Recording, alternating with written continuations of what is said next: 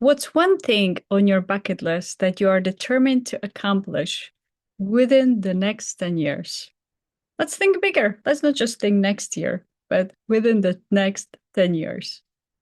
My name is Lucy. I'm your host today for our next episode of the Art and Science of Difficult Conversations podcast. Chris is enjoying his time off. Hi, Chris. And today I have a mini challenge for you.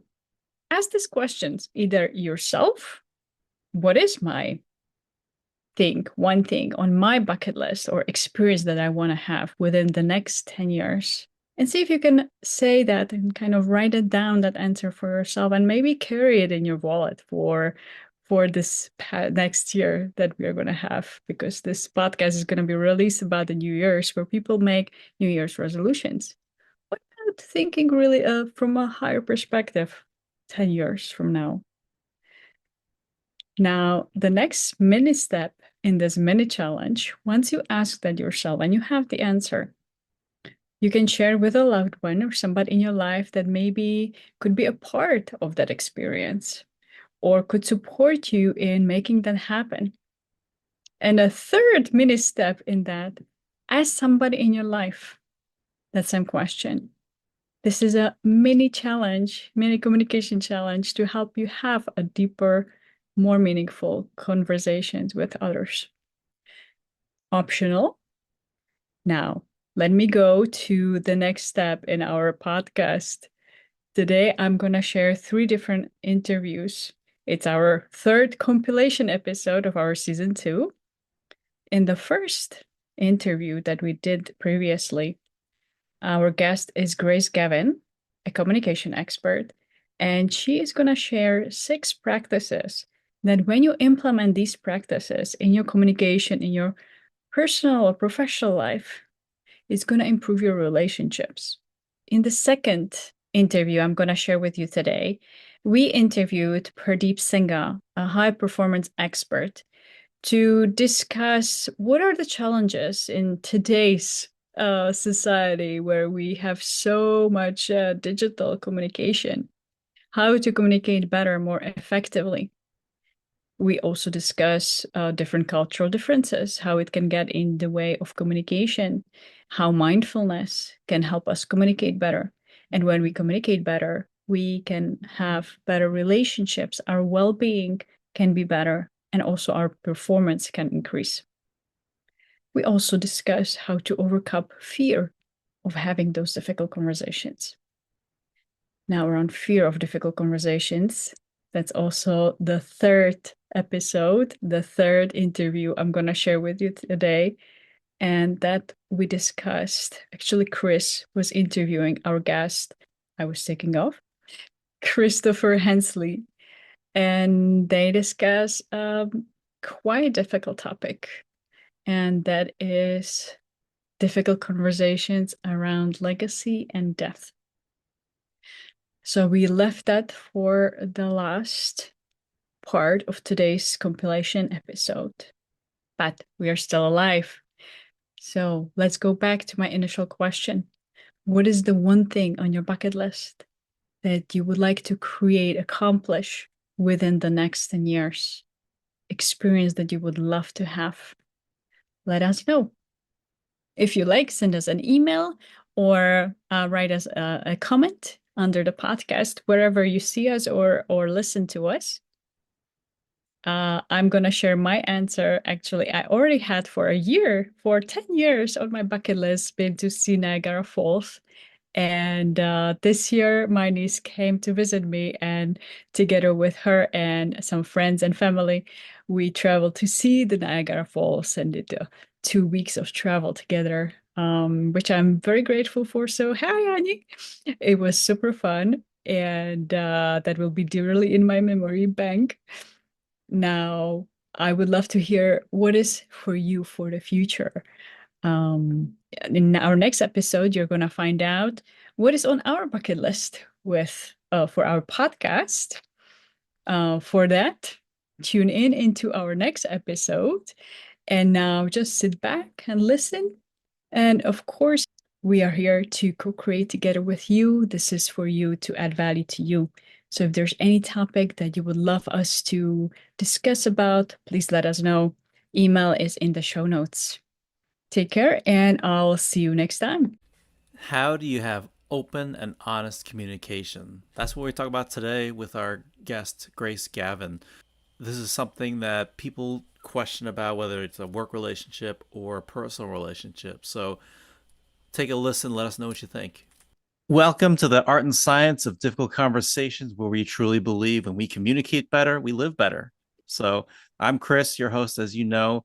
Lucy, how are you doing today? I'm pretty good, even though if you see me sneezing in the background, it's some allergies again. We have some Hmm. fires in California. How are you doing? Better than that, I guess. We don't deal with those kind of fires No out here in fires, Boston. just the heat.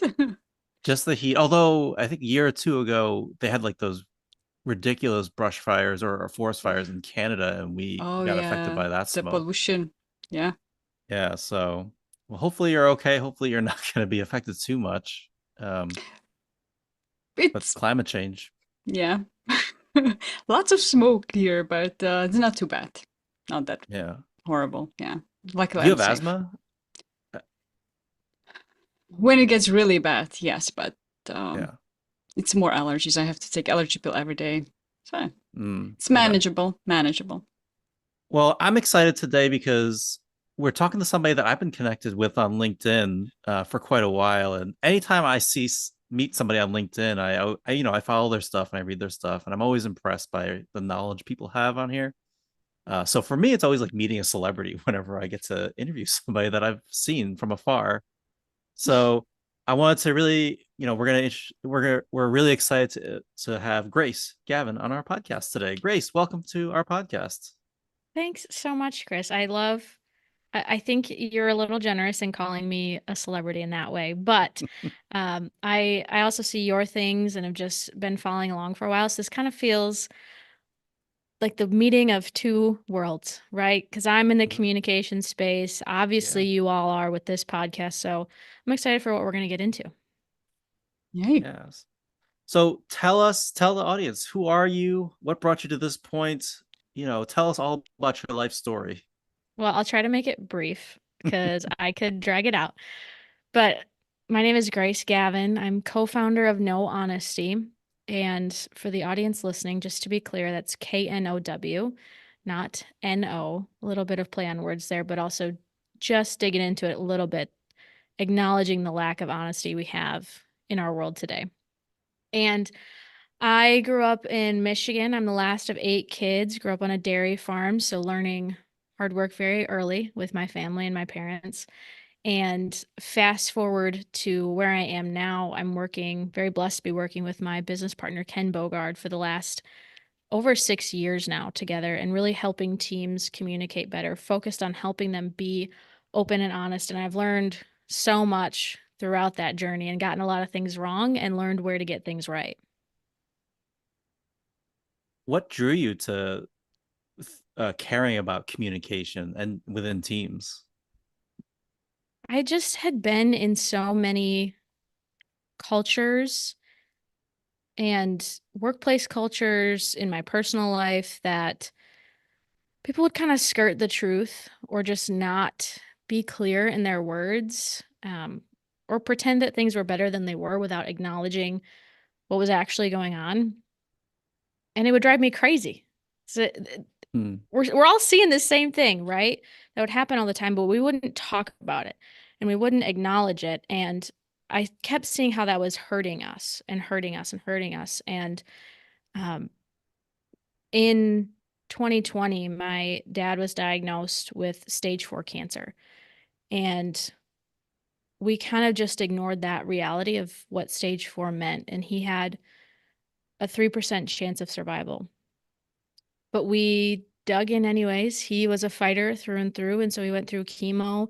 He was on all the drugs and the pills. And just watching how that affected my family and our inability to really be honest and to say, here's what we're dealing with, a 3% chance. So it's not to say that a miracle couldn't happen, but the likelihood was really small and we never acknowledged it. And he had a battle of 5 months and then he was gone. And I think about all the time, the conversations I could have had with him before he left and learned so much more from him, especially as I'm on my entrepreneurial journey now and what he went through and what I could have learned. And I think we missed out on so much because of that. And so that informs a lot of why I do what I do and why this lights a fire under me because these conversations, these difficult conversations at times, can literally be a matter of life and death. And I think we Mm. need to strengthen our ability to have them. And for me, that was a real miss on my part. And I don't want anybody to go through that again, whether it's we're talking about a cancer diagnosis and something as serious as that, or we're talking about a really big business objective. And are we going to hit it or are we going to not? And how that affects people's lives and our ability to be honest about it, to have those real, open, and honest conversations. Mm. When you were growing up, what was that kind of the norm for your family to not talk about things or kind of skirt serious issues? Yeah. Yeah. And I think being the last of eight kids is part of that too, because my parents had already been through raising kids. And so, um, Mm. I was there and I was watching it all happen.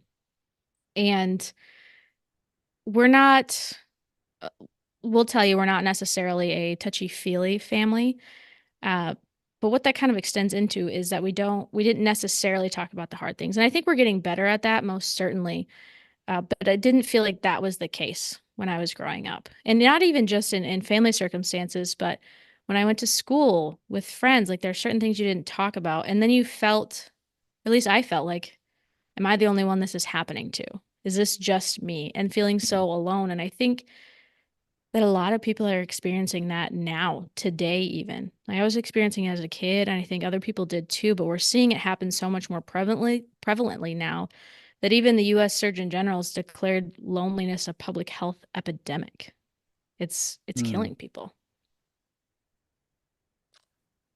So sounds like honesty is in a way a tool, honest communication, a tool to break the barrier that keep us from connecting with each other. Yeah, Sounds that's exact. like. Yes. And we'll talk about the book a little bit, but the tagline of our book is eliminate the divide, become a masterful communicator and connect with anyone because largely how we connect as human beings is through communication. And so if we're not skillful in that, if we don't understand what it means to be open, what it means to be honest, and how to use that to connect with other people, yeah, we're not going to have that connection. And that is it's a core human need if you think about it. And you can use that in different terms of you can call it connection, you can call it belonging, all of those, but it's a huge necessity as human beings for us to have a full and meaningful life. What would you say prevents people from, since it's such an important need, from being honest, from having those conversations to connect with others and feel that belonging? Yeah, I think what I really think it is a lack of openness. And so I want to be clear with the audience on what I mean by that because we're looking at it in the ways that maybe we haven't thought about before when we hear the phrase open and honest. So honesty is being truly and freely yourself, speaking into what you want and how you feel. So if you think about words like vulnerability, authenticity, being yourself, that all falls into there.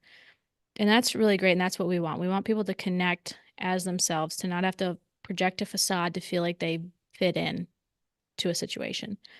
But the reason I think that we do that, and we explore this in the book, is because there is a lack of openness right now in our culture and in our world. And openness is listening without reservation, putting your needs and wants on pause for someone else. And how often do we do that in a conversation with somebody else? How often do we pause and say, let me not try to get what I want out of this? Let me be fully present with you, hearing what you're saying. Process it for a moment and then have your response. And I think it's really hard to do these days with technology, with life moving faster than it is, to just pause and be fully present. Put your needs and wants on pause for a moment to be with somebody else. And so that's what I think is the problem is that big drive, that lack of openness, and also the perceived lack of it too. Because you might Mm. You might be fully present with me, but if that's not how I'm experiencing the rest of the world, that's not what I'm going to expect in this conversation either. We all have watches on our wrist. Some of them have notifications that pop up. We have cell phones on the table where there's always one distraction away from no longer being fully present with somebody else and not really seeing them and creating that real communication. And we're all aware of that these days. Hmm. When you were working through your book, then when you were researching it, and you've dived a lot more into communication over time, did you ever think about it and reflect back onto kind of your relationship with your dad and your family and think like, did it bring up like different things for you as you were kind of working through the stuff and studying it?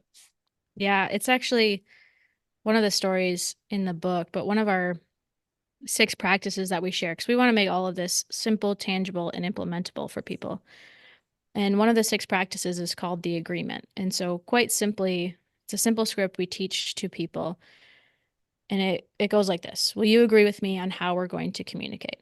I want you to be 100% honest. Again, meaning be truly and freely yourself, speaking into what you want and how you feel. I promise I'll be 100% open to it. I will listen without reservation. I'll put my needs and wants on pause for you. And in return, I will be honest with you and I ask that you be completely open to it. So that's the simple script, right? We're working on it. We're using it with clients. We use it with all of our vendors, in our team. It's amazing. But as I was writing the book and working on this, I was kept seeing it come back and back to my family and saying, oh, this is so great for teams, for organizations. I need it in my family too. And so I went and I used the agreement with my mom, actually. And you want to talk about difficult conversations. I love my mom to death. I think she's a wonderful person, but this was not how we had been operating since I became an adult. That was not a relationship. And so this is going to be kind of a hard right turn for us. And thankfully she said yes. And that's the way she wanted to communicate as well. Had that craving for it. But I would have never known that if I hadn't stepped into that conversation. And we're still working on it. I don't get it always perfect. She doesn't get it perfect, but that's also part of what it means to be human is that we're continually building these skills, building this relationship together. It's not just me all the time. Hmm. So you're building in that well, the word and that we use is psychological safety so that you Mhm. can make mistakes and you can grow and learn together. Yeah, absolutely. Because I mean, I'm human, you're human. We're going to get things wrong, and that's part of the human condition. And if we can make that space for other people in how we would want it for ourselves, we're going to create better relationships. We're going to collaborate better. I personally think life's going to be better. That's the tagline of our show: communicate better, live better. Exactly. That's what I'm saying. Meeting of two worlds right here, Chris. You've mentioned several steps. I, of course, have questions about the agreement. Let's say when somebody doesn't agree or they want to agree, but there's still something holding them back. Let's say a fear from looking back or a fear that they don't trust the other person, that they are safe with them. What would you suggest in those situations when people do want to have honest conversation with the other person, but they have some concerns when they are going to be honest? Let's say the information is going to be used against them, for example. Hmm. Yeah. Hmm. I think about it in terms of it's a living, breathing agreement. Mm. So between the three of us, we have it here now, by the way, because we just did it together. And it's about building it up over time. But if we don't state that clearly that that's what we want, the likelihood that we're going to get it, that's the kind of communication we're going to have, is next to zero if we don't state what it is that we really want out of the conversation, out of the relationship. So, number one, that's really important to use it. But then it's living and breathing because you point back to it. So, Lucy, you bring an idea to me, and maybe I have 10 things already on my plate. Like, nope, don't want to hear it. And you can say, hey, remember when we made that agreement? I don't think you're being open right now. Mhm. Can you just give me a minute and hear what I'm really saying? And you bring it back to that. Or you come back and say, I had somebody ask me one time, how are you doing? And I said, good. Just kind of as what we all do, is what our immediate response is. And then I said, hang on, we have the agreement in place. Let me come back to that. I've actually had a really crazy day. I feel like I'm running all around, but I'm really excited to be here with you in this moment. And yeah, sure, it takes a couple of seconds extra, but now that person really knows where I'm at. And if somebody doesn't want to buy into the agreement and have that kind of communication with you, I also think that's great because now you know. You know where the relationship stands. And you can continue to build on it. Maybe you walk away from that relationship, but you have more information there. And I think that's the important part. And helping each other to continue to build those skills over time. When you have the agreement in place, you're already starting from a head start, and then you're building it together. Versus if you don't use it at all, well, I don't really know where you're starting from then. Mm. So it sounds really important what we with Chris talk a lot about preparing and having that intention what we want to get out of that conversation, out of that even relationship sounds like, and being very intentional about it and communicate that. Yeah, absolutely. You mentioned there are some other steps. What would be some other steps after that agreement Mm-hmm. is set? Well, we built some other language around it because I think language is really important. I'm going to forget who it's quoted to. So if either of you know, please tell me. But the quote is limits of my language mean the limits of my world. And so we want to build Mm. some language around that for people. And so the question is, well, if you're not being honest, what's happening? If you're not being open, what's happening? And putting some language to that, some imagery to that for people and understanding. So when you are not being honest, you are being fake you. And that's the facade you project rather than being 100% honest. We all know what it feels like to be fake. And whatever that feels like to you, it could feel like a mask coming over your face, feels icky, whatever it is. We know when we're in a conversation and we're being fake. Or we look back at it and we know that's what was happening. So building some awareness around that and working on that not happening in the moment. So that's on the honest side of things. Then we've got the wall. And the wall is the divide we put between ourselves and others rather than being 100% open. So imagine quite literally, I put up a brick wall between us, stops our conversation. So that's what we're talking about. When is that happening to you? And is it a person that it happens with? Is it a pattern? Is it a place? Whatever it is for people, starting to build that awareness too. I have the wall go up all the time. The example that I gave about ideas with you, Lucy, that happens between me and my business partner all the time. He's got so many fantastic ideas, but there are a lot of times where I do have everything going on my plate and I'm like, I can't take another thing right now, or I can't hear you out. And if I shut him down, we're losing a really great idea, or we're losing the ability to collaborate together. So he will have to say to me sometimes, I just need you to be open for a minute. And that's a good reminder for me that, oh, yes, okay, let me pause, let me be there with you. So those are two really important pieces. And then taking you all the way around, I'll just give you all the six practices and then whichever one pings you the most, we'll talk about. But the other one we have is called the assessment. And that's where we're putting some numbers to this because communication, conversations can be kind of nebulous, but we need to help build some language around it, help people get some arms around it, some data. So what the assessment is, it's free to take on our website if people want to, and I highly encourage you to do so. But it's giving you the real-time data on your ability to be honest and your ability to be open and putting them side by side so you know what is your ability to receive and deliver real communication?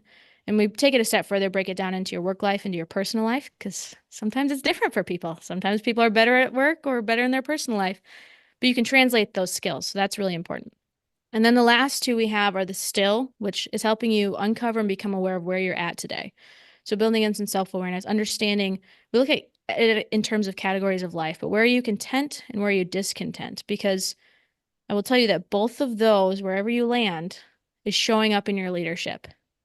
Even if you're content in all the things in your work life, but you are discontent in your personal life, that is translating to your leadership, that is translating to how you're having conversations.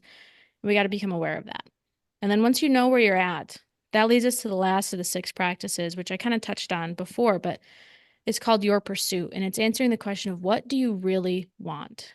Because until you know what it is that you really want, out of the relationship, out of your work, out of whatever it might be, everything gets a little bit harder if you're not pointing towards what it is that you really want. And I talk to leaders all the time who can't identify that right away. And that's okay. It's okay, but it's not okay to never know. Because if you're Mm. leading people, if you're leading teams, if you're leading an organization, even if you're just leading yourself, you need to know what it is that you really want, and you can begin working towards that. And then list the people around you to help get towards that and help them get what they really want. Because I think we make a better world when people are getting what it is they really want.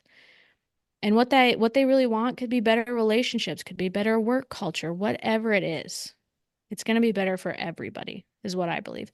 So that's all of the 6 practices. I know that's a lot, but take it where you want. Two thoughts. I that last one about just understanding the goal. I remember I worked with one manager around how to have all types of difficult conversations, and the only thing she took away was write down the goal of the conversation on the top of a piece of paper when she went in to talk to her team or her employees. And just that one act had like a huge impact on all of her communication. She said she was much more focused. She was able to manage, like if they were trying to go in different places, she was able to stay focused. And it helped her feel more comfortable knowing that I know where I need to go in this conversation and Yeah, with this relationship. that's awesome. And we talk about it. We train leadership teams, but then we train their next level of people. So that could be their managers, their entire organization, whatever it looks like for them. But how much it helps the leader to know what it is that their direct report really wants. And maybe it's a promotion and you help them get there, or they really want some work-life balance because they just brought a new family member in to their Mm-hmm. household. Whatever it is, you help them get what they really want. You are going to have a dedicated person at your company for a much longer time Yeah. than if you're just trying to hit measurables and hit metrics, which are important. But if you're helping people get what they really want, man, you got people bought in and you've got that productivity number skyrocketing when you do that. Yeah. That's where you and I are aligned because we write about that stuff. Uh, Exactly. and I want to go back to something you said earlier on, which I loved, is the idea that if you are trying to do this agreement and you're trying to bring up stuff, and with Lucy, and Lucy says no, I don't agree to that. At least you know where you stand. And I think that's a really powerful thing, like getting comfortable with that no or that pushback. And I teach that a lot with conflict resolution or negotiation. Is once you hear a no, that's honesty. That's like them being truthful. You're not gonna get a false yes. They're not gonna falsely say no. That's a boundary. And now you can understand better the playground that you're in, the sandbox that you're in, and then you can understand why that's a boundary and what you need to do.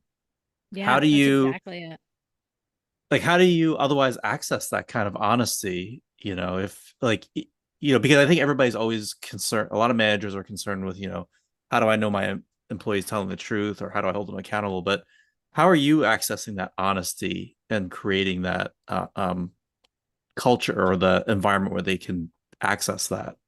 Yeah, I think well, number one is obviously the agreement and talking about and educating your people on what it means to be open and honest. And it's interesting because, Lucy, that's not the first time I've gotten that question about what if somebody says no. But interestingly enough, I've never had anybody say no to me. And I use the agreement at least once a day in any conversation that I'm having. And maybe part of it is because people know I'm an open and honest expert and this is my whole life. This is what I get fired up to talk about. But I've never had anybody say no. I've had people get curious or want to understand a little bit more. And what that says to me is that this is what people want. This is what we want in our relationships. This is what we want in our workplaces. And for some people, it might feel scary, but it's being able to walk through it together to have that difficult conversation because the conflict that people have and that we help people through for all of us, that conflict is either going to be resolved by having the conversation or you're going to hold on to it internally and you're going to have a conflict with somebody and they're never going to know. Like Chris said this thing and I thought he was wrong, but I'm never going to have that conversation with him. Well, now I've got a conflict with that Chris that he doesn't even know about. We can't resolve that. We can't make any kind of progress forward. Or worse yet, I take that to, let's say, Lucy, and now we're going to create a drama triangle around it and talk to Lucy about, can you believe what Chris said? This is crazy. Well, now I Mm. put you in a really difficult position, Lucy, because do you break trust with me and go talk to Chris about it? Or do you break trust with Chris and keep it between us? And that's not a fair thing either. And so helping people walk through that conflict. And I think the agreement puts some boundaries, some guardrails around that, like you were talking, Chris, that we can step into this conversation and we're not going to get it perfect. We are never going to be 100% honest, 100% open, 100% of the time. That's really key. We're working towards it. We're building these skills, but we're going to get it wrong sometimes. And I think that's okay. And I think it's even more okay when you own it, especially as a leader, or if you're watching a leader own it, say, I'm not getting it perfect all the time. That creates a lot more space for you to be able to have those conversations and to go back to them if you need to. But hopefully you don't have to because you're having that conversation and that honesty on the table immediately rather than trying to skirt the truth, self protect, whatever it might be. What comes to mind is some scenarios with some clients that they are bringing, they work with different cultures. And some cultures are keeping the mask on, saving the face, communicating in a way that is more indirect rather than direct communication and feedback. So just hinting to really make sure the most important thing, we keep the face, we save the face. What would you say in those circumstances when, let's say, people do say, yes, I agree, but they actually feel no? And say, yes, I have to say yes to stay safe. But in reality, I'm not going to admit I don't understand. I'm just going to ask colleague and help me figure it out. Because with my manager, I'm afraid if I say I don't get it, I'm going to look stupid. Yeah. Hmm. What would be the advice for the manager how to navigate with these cultural differences, maybe? And perhaps for somebody that is in that situation that they know, the manager keeps telling me I should be honest, but I really cannot be honest. Mm-hmm. But Hmm. Yeah. I think the manager's got to know that. So, first, are we helping them know that? Thinking about the employee, are you the idea of managing up there, but then bringing it back again and again and again and saying, I want you to be open and honest with me. And if your people that you're managing feel like they can't be honest with you, you're going to get a sense of that. And most of the time, it is because you have a lack of openness and Hmm. they're picking up on that. And so, if I don't think you're going to be open, if I don't think you're really going to hear me, if you're going to pause what it is that you're doing, if you're a manager who's constantly running from meeting to meeting to meeting, or you're on your phone or talking when people are trying to have a conversation with you and you're not focused on them, look at that and examine that because there's a lack of openness there. And people want to be honest. They really do. I believe that. Nobody wants to lie. Nobody wants to skirt the truth. Nobody wants to self protect. But that's happening because you, as a manager, have not practiced being open with them. You have not practiced listening without reservation to them. And without reservation, that's a really important point that I want to make there. Without reservation is without judgment, without preconceived notions, whatever reservations you might have about that person, put those aside for a moment and really listen to what that person is saying. Doesn't mean you have to agree with them, doesn't mean you have to implement their idea, but help them be heard. I heard an insane stat the other day that we only feel heard 5% of our days. 5%. Hmm. And so is it any wonder that your direct reports aren't going to be honest with you if you're not willing to be open to them? You got to consider that for yourself. And then if you have and you've done the work and you are open and you believe that and you're working on it and they're still not honest with you, well then it's time to look at, is this the right person for the organization?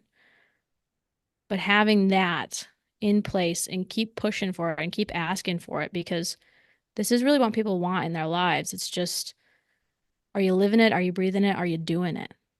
Hmm. And I imagine building that type of culture takes time anyway. Even if you are new and you as a manager, even if you're new and you're always going to have that matching your actions to your words. I can only imagine that'll take time to build that trust and honesty. So that reiterating and constantly bringing it up and then also not punishing somebody if they are honest with you Yeah, I or not do. retaliating. Yeah, I do think it takes time.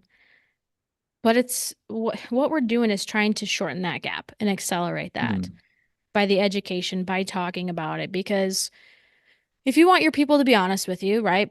It's like, yeah, I don't want my people to lie to me. And I think that's pretty obvious. But if you don't state that to them, that's not clear. And that's not fair to them. So mm, making it clear as it possibly can be. And in working with clients, when we're equipping them with this education, with these 6 practices, we're doing that within 3 months. mm. And then we're going deeper on it and we're building the skills around it, right? But we're doing it pretty quickly there because we want to start working on it. We want to get that education. We want to make sure everybody understands what it means to be open and honest. And these are the expectations we have as an organization. And here's how it's going to move forward. And yes, it's going to take a little bit of time to rewire the neuroplasticity in people's brains, but it happens so much faster if you're saying it over and over again. You're using the agreement every single day. Mm. You're starting meetings out saying, I want everybody to be open and honest. Maybe it's in your core values, whatever it is. This is how we talk to, it's in your processes. This is how we talk to clients. This is how we operate internally and building it that way too. So it does take time, but I think it can be accelerated. I'd love to get your thoughts on, the times there are times that managers can't be open and honest, right? If they're talking about employment statuses or disciplinary actions, or let's say just secret information that hasn't come out yet and they're not allowed to talk about it. How do you verbalize that to your team that you want to be open and honest and there's limits to that? What do you usually do around that? Yeah.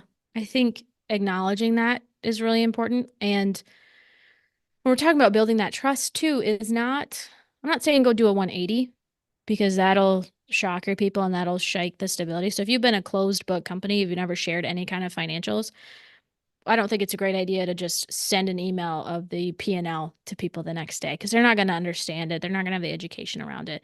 You got to do it in steps and get there, but it is possible. And then, there's unfortunately those two exceptions right now in our world, which is your HR policies and your legal policies, right? If you sign an NDA, well, don't break the NDA. That would not be a great idea for you. But Mm. what we know about human beings is that they can handle bad, good, ugly, whatever it is type of news, but we can't handle no news. And so recognizing that, and if there's something you can't say yet, I like to think about it in terms of this phrase, be as honest as you can be as soon as you can be. So if there's rumblings of, let's say it's a round of layoffs happening and you're a manager and everybody's talking about it, everybody knows it's going to happen, but nobody knows what department, how many people are going to be cut, giving a weekly update of here's what I know, here's what I can share now, and I will share more with you when I know more and when I can. And helping people know that as much as possible because if you don't say you don't know or you can't say whatever it is, people are going to be wondering. They're going to be wondering if they're the ones going to be cut or if you have their best interest at heart or if you're trying to navigate through it because that's a season of change for people and if we don't help them through that, I don't know. I don't think that's really helpful to them. I What's think coming that's up? so powerful.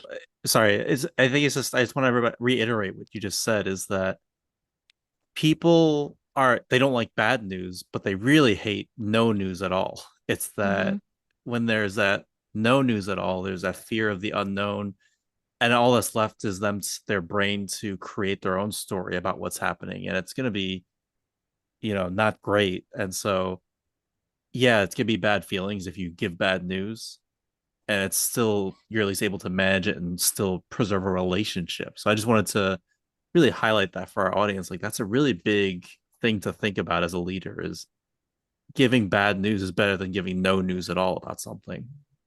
That's a great point. I have another question around the difference between being honest and maybe being blunt. Where is the line where the manager can say, "Well, I'm being honest," and the employee, let's say, they can say they are being aggressive, they are being offensive with me. Mm-hmm. Yeah. Well, I'm going to come back to lack of openness on that one. But even more importantly, I think is this kind of tension or way of speaking that we have to figure out.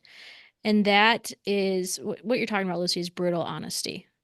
Mm. And I like to think of brutal honesty in terms of if you're coming at somebody with a dagger or with a knife, whatever it is, imagine that as your brutal honesty. Think, you say, I'm going to be brutally honest with you right now. That's what you're doing to somebody else. And what is their reaction going to be? They're going to step back. They're going to protect. They're not going to hear a word that you say. And so, if what you're saying, even if it's tough news or it's bad news, like we were talking about, deliver it in a way that is 100% honest, vitally important that we have that, and 100% loving. And if we're talking about the workplace, I know love can be, people feel all types of way about the word love in the workplace, but I think it belongs and I think it's important that we talk about it more and we bring it back because when you can be 100% honest and 100% loving, that is when you are setting somebody else up on the other side to be their best at being open. And that's what we need to do to get that across. Because otherwise, you're going to have that conversation 3, 4, 7, 10 times, and you're going to wonder, why are they not getting it? Why do they not get it? Well, they're not listening to you at all because you're coming at them with a dagger. And that's not going to help anybody grow if they're trying to just protect themselves. So do it in a way that's 100% loving and 100% honest. It can be hard to do, but it is possible. And I watch people and leaders do it every single day. What would you say are some phrases that people could use to help them if they, let's say, are in the environment or they have the personality, they're just focused on getting things done. And they're very extremely, rather than on focus on, yes, the relationships, emotions, they're a little bit very rational. Let's get this done. I'm just going to give you honest feedback. This is what it is. And when you tell them, be more loving, they're like, I'm being honest. Mm-hmm. When they don't know what to imagine under that, what would you say they can do differently or things to say? Well, I think considering that being honest is being loving is important there. And saying, I'm telling you this because I care about you, or I care about the outcome or what this is going to do for our business, and just making that clear. And then if it's feedback you're giving to somebody, I think it's wildly important to have some alternatives for them. So if it's, hey, saw you in this sales call and these three things weren't great.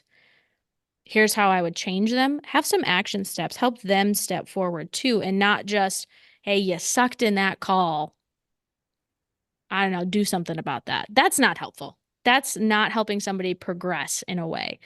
And especially if you're a manager, that's kind of your job is to help people grow and to do that. So have some action steps for them and just pausing to say, I'm giving this feedback to you because I care about you, or I care about your growth, or I want you to grow. Something like that. Just that little phrase, that's way more than what we're doing sometimes with people, and helping them understand that, because otherwise it can feel like we was talking about that attack on them. And that's not helpful.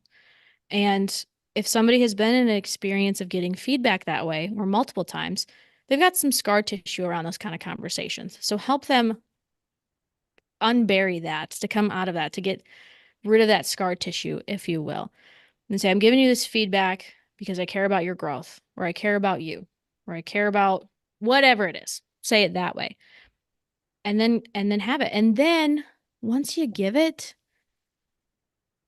be 100% open to what they have to say. Even if they are defensive, even if they've got a million questions, whatever it is, hear what they're saying and help them grow. I love that you have your brand on your mug. Mm-hmm. Very Oh, this is cool. so cool.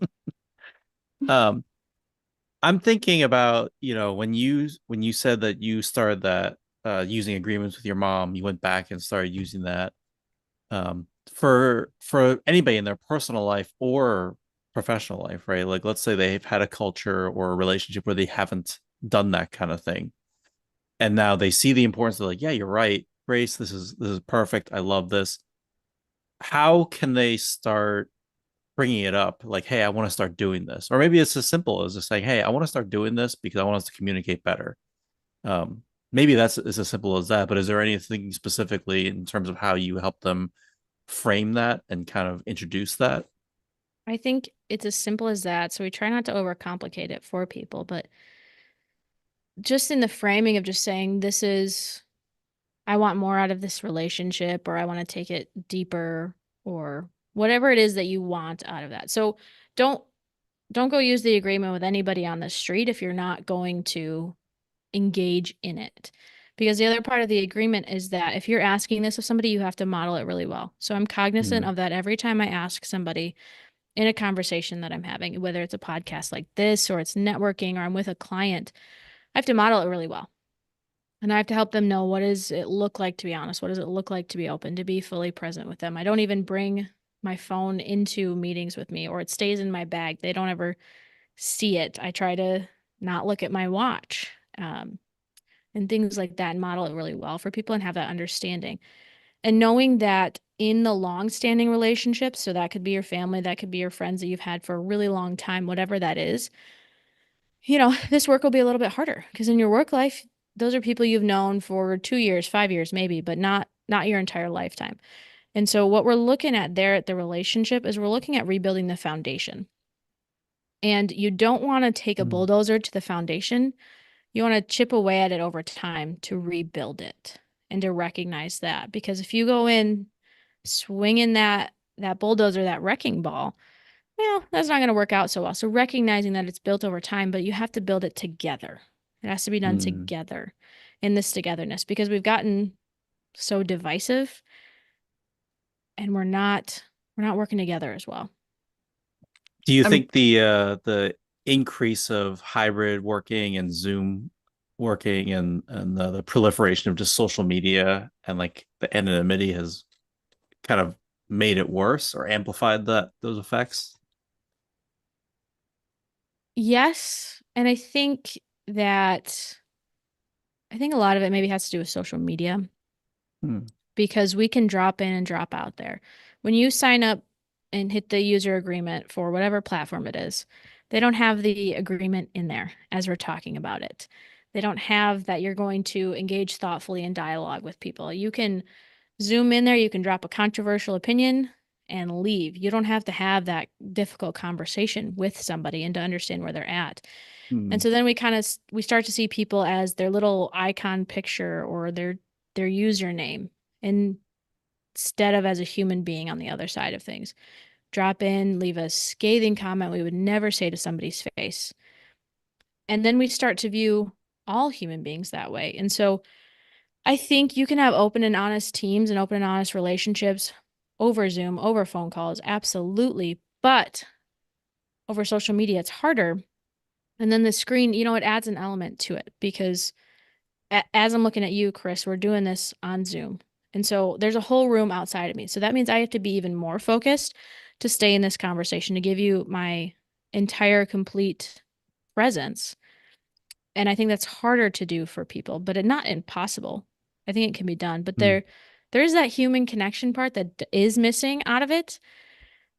And so that's where I struggle with it. And I understand the flexibility and how we can diversify teams. I mean, look at this would never happen, this conversation we're having, if we didn't have Zoom and that kind of technology.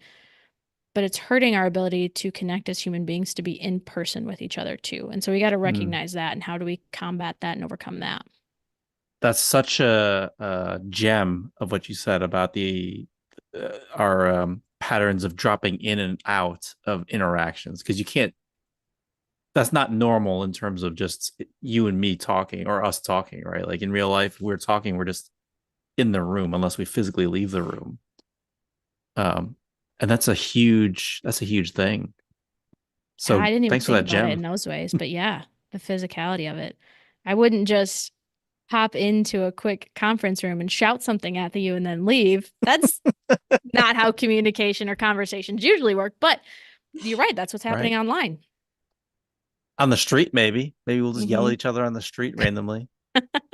Yes.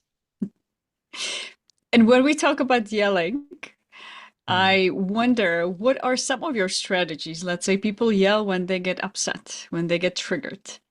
When you yourself get triggered, what are some of your strategies that help you calm down, take a moment, rather than react immediately and snap back at them, let's say, in that difficult conversation? Oh, that's so hard. But I think the pause is really important. And so conversations don't get to that point if you're really, again, open to somebody, focused on what they're saying. Because if you're not, as human beings, we can't multitask well. And so, Lucy, if you're talking and you say something and then I'm trying to pre-populate my response, well, now I'm trying to multitask, which means I'm really not listening to you at all. And I'm kind of amping myself up with my response. But if I'm actually present with you and listening, there's going to be that natural pause where my brain's kind of processing. Might be 2 seconds, but that pauses me thinking and giving a little bit of space so we're not getting to that overreactive point. And then knowing that if it does happen, because we're human beings and we can fly off the handle, understanding why that happens for you. Because if it's happening all the time, what I'd say is that there's there's a point in your life where you feel like you're not being heard. And so then you have to fly off the handle to be heard. And so why is that happening? Do you not have people in your life who are really listening to you? Do you feel like you're not being heard? What's happening there? Because it's kind of like I think about it as like a pressure cooker or a bottle popping off. All that pressure is building and building and building. And that's when you see people start yelling or freaking out because they feel like they're not being heard. And what that's telling me is that there's probably somewhere in their life a lack of openness from the people around them, from their teams, whatever that looks like. And so starting to investigate that so you don't ever get to that point, or you get to that point very, very rarely. And that's one area. And then the other way I think about it is, are you in line? Are you truly in line with yourself? Do you know what it is that you really want? Because if you don't know what you really want, you're going to get frustrated a lot faster. You feel like you're not going to make progress towards it because you're not clear on what it is. And so that's the other side of it too. Sounds like Grace, really you could have being been a. Sorry, I didn't mean to interrupt you. today we're just This is the Grace. To your point, this is the hard part about doing Zoom interviews in a group. Mm-hmm. It's because in real life, obviously, we would just like look at each other and see like body language, like one of us is going to talk. Yep. But you can't do that over Zoom. Everything just kind of looks the same as we're looking at it's a each little bit other. different. Yeah. Now I forgot what I wanted to say. Go ahead. Good, good. I wanted you to forget. Just kidding. I know that was your strategy. That was my strategy. I was just gonna say, Grace, you could have been a therapist. Mm. Well, that is a really high honor. Thank you, Chris. I have been in therapy for 3 years, and on my own, my husband and I went through premarital counseling with a therapist. I've recently engaged with a new form of therapy around the IFS model, internal family Mm, systems. And yep, so yep. um, I think that's really important because my job is to lead people and to help people walk through this. And so if I'm not centered on myself, like we were just talking about, it's going to be a lot harder for me to lead teams, to lead companies through this. And I love therapy, huge proponent of it. I think it's fantastic. So I'm a therapist as well, and um, what you said before about multitasking and like thinking of a response when somebody's talking. I remember when we were going through training, education in grad school, and like that's usually the question most therapists have in training is, what do I say when they say this? What do I say when this person says this? Like everybody's always concerned about what they're going to say next. And for me, my journey, I found that over time, the more I shifted to just let me just listen as deeply as I can to what the other person's thinking and feeling, the less I had to worry about what to say next because it just came naturally what I had to say next. As long as I have a framework of what's supposed to happen. But as long as I have that framework, as long as I'm listening deeply to what you're feeling, what you're expressing, the next thing that comes out will be pretty natural. It'll come out as long as I'm really listening to you and holding space for that. So I think that's why I think like the idea of therapy really falls into what you're saying because it's the same idea. How do we hold space for somebody and listen and not be distracted by our own thoughts of whatever we're going to do next, groceries or errands or whatever we're going to think we're going to say next? Yeah. And I love that. And I think it's interesting that people want to know what to say next because they want that clear next step or direction, which is it's natural what we want as human beings, kind of want to know what to say next. But if we can get comfortable with not having a pre-populated response, we have a better conversation. We have better collaboration for that. And so I love therapy and I've, like I said, engaged in it for years. And I think about that in terms of teams. And so when you're in a team, it should not feel like a therapy session because we're working together to collaborate. So it's a big, clear difference there. But we kind of over index and go the opposite way where I just need to be heard. I need to get my Mm-hmm. point across. And so we got to bring it towards the middle. And can I really hear what Chris is saying and his idea? And maybe it overlaps with mine, maybe it's completely different. And we find something in the middle there. And then Lucy chimes in and Lucy adds some really great insight to it because she's got a position in the company or within the friendship, whatever it is that we're talking about, that gives us a different perspective. And now we're creating something even better together because that's when we're really winning, is when we're collaborating. You can go so much further as a team together than you can by yourself. Mm. I think that's really important. But we got to be able to actually hear what somebody is saying and create that space. Yeah. Yeah. So, Grace, let's imagine that somebody's listening right now and they skipped the entire episode and they only wanted to listen to the last 10 minutes of this episode for whatever reason in their life.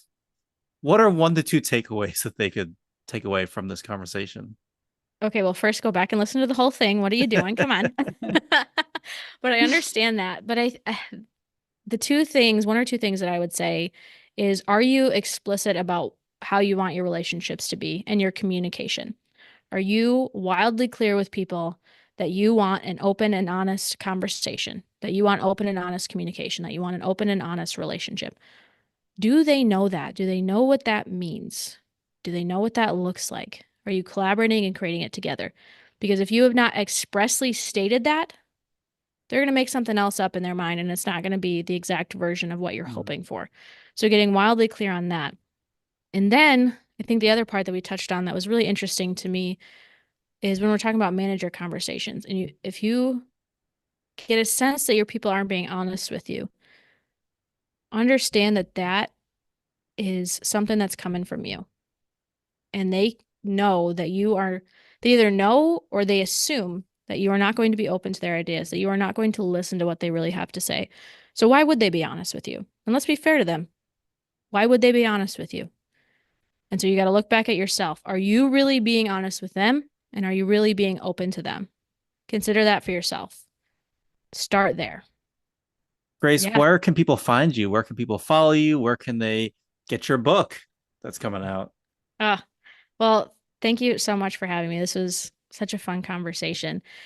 And our book is called No Honesty. Again, KNOW. You can get that, on all the big places where books are sold. On our website, it'll be nohonesty.com/book. So that's KNOW honesty.com/book. It's where you can get that. We dive even further into this. We get really deep into the 6 practices that I shared. We share stories that we've been through. We share stories of leaders who have gone through these experiences in our personal lives. We get into it and we share not only the stories, but also the education, some theory around it to help you really build up these skills and to change how the world communicates. That's our big goal. And we do that person by person. So when you read the book, then go have a conversation with somebody about it. Go implement this into your life. Have this be a way of communicating for you. So that's really important. And then if you want to continue the conversation with me, please reach out on LinkedIn. I love to talk about this all day long. We could go for another 3 hours into this if it were That's for sure. up to me. But if there's something I said that you're like, oh, I don't agree with that, or I love that, I want to hear more about that, reach out to me. Let's have a conversation. Let's keep it going.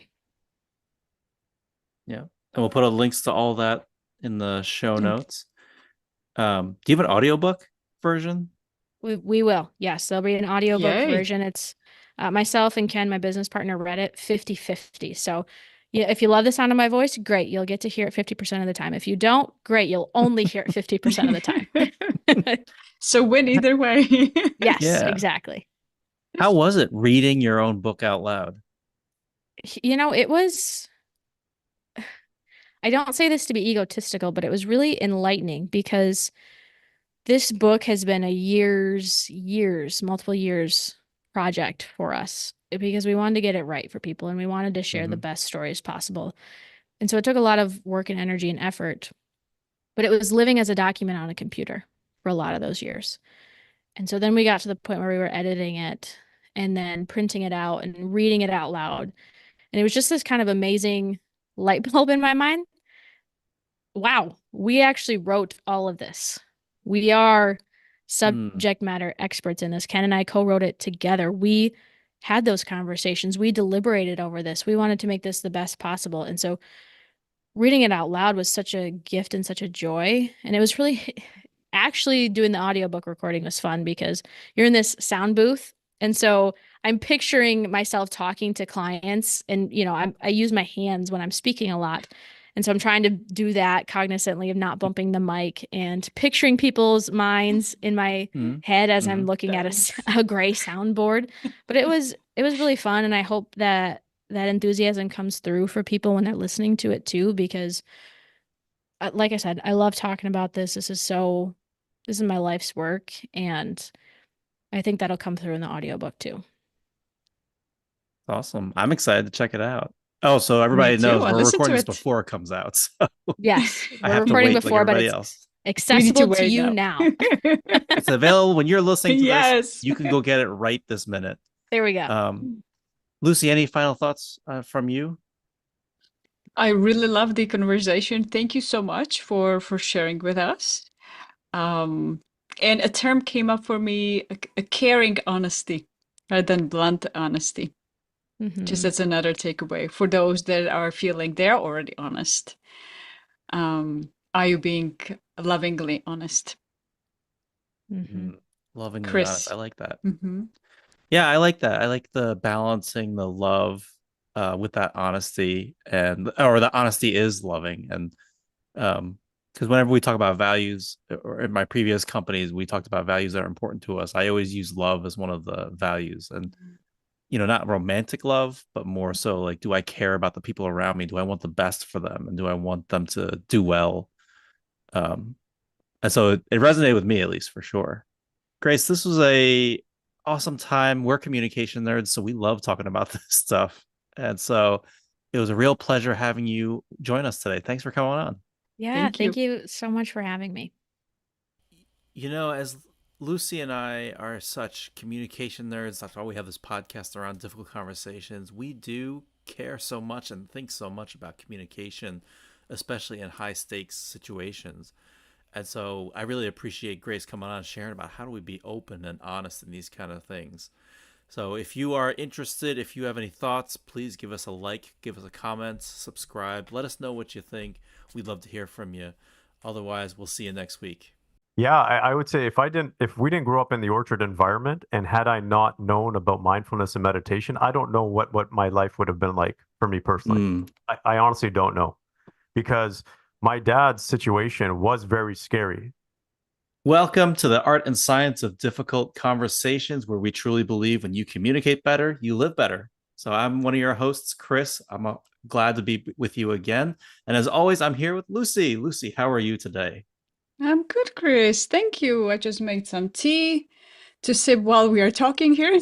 How are you doing? Yeah, my 3-year-old, uh, he got up at 3:30 in the morning, Uh-oh. and I already go to the gym at 5. I already get up at 4:30. So I was like, I guess I'm not going back to sleep. So I've been up since Oh 3:30. I no.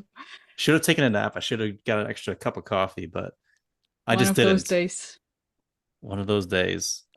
Luckily, I like talking to you, and it always jazzes me up. And I like talking to our guests about communication and their life story.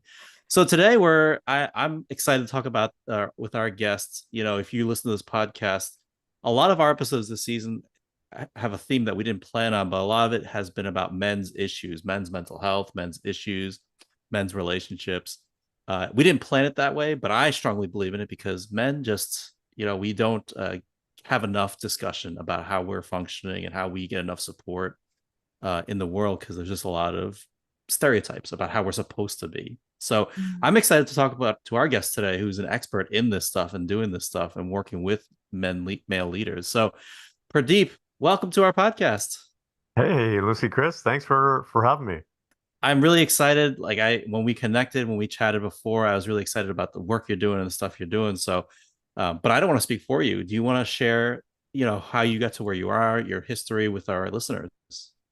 And sure, so I'll try not to make it so long-winded, but I think some context will help listeners figure out why I'm here right now. But basically, I grew up in Kelowna, British Columbia. It's a small town. And especially when I grew up there, it was a real cool place to grow up. It's basically like Napa Valley of Canada. There's vineyards, there's wineries, there's a lake, there's a ski hill, actually quite a few ski hills Hmm, within a couple hour nice. driving distance, some of the best in Canada. And I can tell you, I didn't really realize and know how good we had it until I moved away from there, because now I'm the other side of the country and it's flat here in Ontario.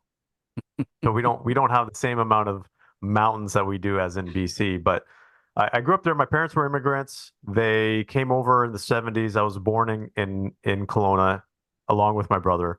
My parents came over with virtually no education and started to work, and eventually they bought their own business. And then I grew up in family business, and I had a really interesting upbringing, you could say, because there's so many different parts to my upbringing that enabled me to have the skills in terms of communication, but also to work with men in particular. Part of that was my dad's struggles, where because he had so much responsibility, but also because of how he grew up, he struggled with alcoholism. So he didn't have any challenges with money. But when he came over from India, he had so much responsibility to raise a family here. He was getting paid minimum wage, making next to nothing, working 14, 16 hours a day, and then also sending money back to his family, his parents in India Mm, and siblings to support them, because that was the expectation. And I think that mm, was his outlet. Him and I never really talked about his challenges when it came to alcohol. I did voice my opinions of it because when he drank, he was a big guy too. He was 6'1", 240 pounds, strong guy, like old school masculine type of man. But he was also the most emotional man I knew. He was the one that taught me that you can be a man and still cry and you can share your feelings. So he was very open that way. His mm, only challenge, his major challenge was the alcoholism, because when he drank too much, he became a completely different person. This is where we talk about the difference between the masculine and the feminine, because he would shift into a completely different energetic state. His communication, if we're talking about communication, would change and it wouldn't be very effective. A lot of times there would be anger in it, a lot of sadness, a lot of stuff I think that he tried to bury from whatever his childhood was like. And so that was a part of my upbringing, and that's important because as a young kid, as a young boy, I was always trying to figure out my dad in terms of what made him tick, particularly what mm, would make him drink. So a lot of times I would watch his behavior, his mannerisms, and I would be able to identify if he was going to drink that evening or not, just based on his mm, routines mm, and his habits. And even if he dressed a certain way, I would be able to figure it out. And so that gave me a specific skill, which I've carried for the rest of my life. I also had a grandfather, so my dad's dad and my dad's mom came over. So my grandparents came over from India. But my grandfather taught me spirituality. He taught me mindfulness and meditation as a young boy, because his father, my great grandfather, was a spiritual teacher in India for 60 plus years. mm. So I Nice. learned and I grew up with these concepts of meditation and mindfulness and being able to do things that our mind enables us to do when we truly tap into it and use it uh, to make it work for us rather than against us. So it was really interesting because I learned techniques such as meditation, as I said before, but also lucid dreaming and all these other things that were really cool as a young kid, because I had a photographic memory. I had straight A's throughout school. I was able to do things that other kids were just kind of like, oh, how did you do that? And that's because of just being able to tap into these practices that enabled me to do these things. So that was one other aspect of my life. I became a personal trainer at 17. And I realized at Cool. that time, because I have a passion for helping people, it was just part of my DNA. And I realized at that time that I could help someone, I could put a plan together for someone who wanted to get fitter or gain more muscle, whatever that looked like, just feel better about themselves. But most of the time, 80% of the time, they wouldn't do it Mm, on yeah. their own. And I was really scratching my head because I was like, okay, what is going on here with people? they say they want to do this, but they're not putting in the time or the effort or the discipline. And I grew up that way because my grandfather not only was a spiritual man, but he was in the military for 30 plus years in India. So I Wow. grew up with a discipline, and it was really interesting because, not that he was like military, but he was a very disciplined man. And so I grew up with that. So I was like, why isn't everybody else kind of disciplined with what they do? But they're not. But there's so many other things that had to go on in terms of their psyche, the support system at home, the communication that they would have within themselves. And that's when I started to study performance psychology. Prior to that, though, and this is kind of, it's everything in my life that it came together because when I was in grade 6 or 7 too, I had a substitute teacher that came over from Europe. And at that time, they were actually a little bit more advanced when it came to things like positive psychology and certain things like that. And I remember the teacher drawing on the chalkboard. He had drawn a number of words and put circles around them, connected them with lines, and said, "This is the mind map." And that is the first time I ever saw a mind map in my life. And that was Mm. up until probably even 20 years later. I was bringing mind maps into schools. I was bringing mind maps into work organizations because they hadn't heard about it. But at that time, when I asked my teacher, I said, "What is this?" He basically said to me, he said, "If you're really interested, go look up inventors or scientists like Leonardo da Vinci and Einstein and so forth." And that time was public library. So I went there and got some books. And I realized that they all had very similar approaches. And two of them were drawing and connecting ideas, similar to like a mind Mm. map. Yeah. And the other one was this belief of a universal consciousness or genius of knowledge. So it's not that they were coming up with these ideas; they were just able to tap into them. Hmm. So I use those, and so from there I started to study neuro. At that time, it was called brain science. So I started to study brain science 30 years plus years ago, performance psychology. Fast forward, and with my uh, experience with my dad and studying relationships, because I was also fascinated with my dad's behavior, but also his interactions with my mom. Because I was a young boy and I would see my mom feeling sad, angry, them getting into fights when my dad would drink. And I was there as kind of like her protector as well. So that was part of my upbringing, but also growing up in a traditional Indian household, which I would say was a great thing because gender roles outside, let's just take my dad's alcoholism out of the way. We functioned great as a family. We knew what the role was, each of us. We worked together, we were a team.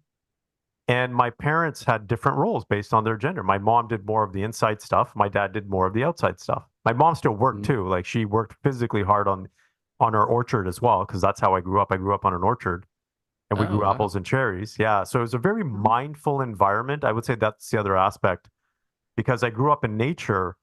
Sometimes for the entire day, I wouldn't be interacting with another human being. It would just be me and nature and the trees. Hmm. So Hmm. this concept of, for example, in the Japanese culture, they talk about cherry blooms and how beautiful that is. That moment when a cherry bloom comes out, I've saw it every single year for decades because you look at an orchard where it's completely white or red or pink cherry blooms, blossoms, you can say. It was just an amazing sight. And just to watch the trees grow, I know some people say, like, what do you mean? I would literally go out there and watch the trees grow every single day. I'd look and say, oh, look, that branch got that much longer.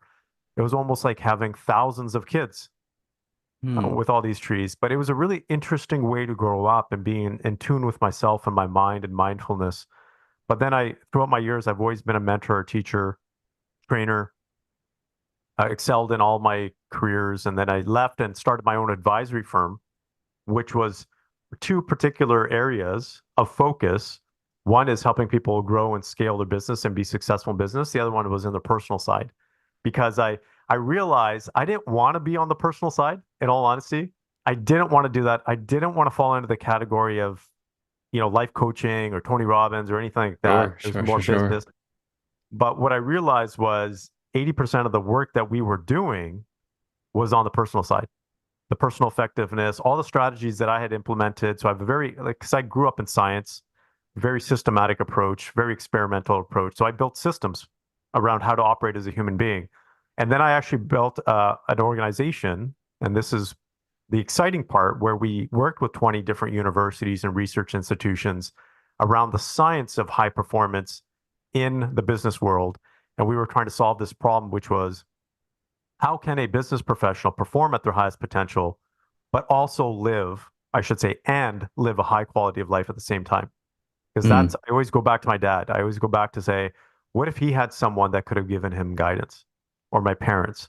What would their mm, lives have been like, both on a business side, but also on a personal side? So since then, I've also done a lot of work with men's leadership roles, and how men interact not only as business leaders but also as husbands and fathers. And that's been a big part of my calling. I also wrote the book The Complete Man because a lot of men are lost these days, and we can talk about that, uh, more in this episode.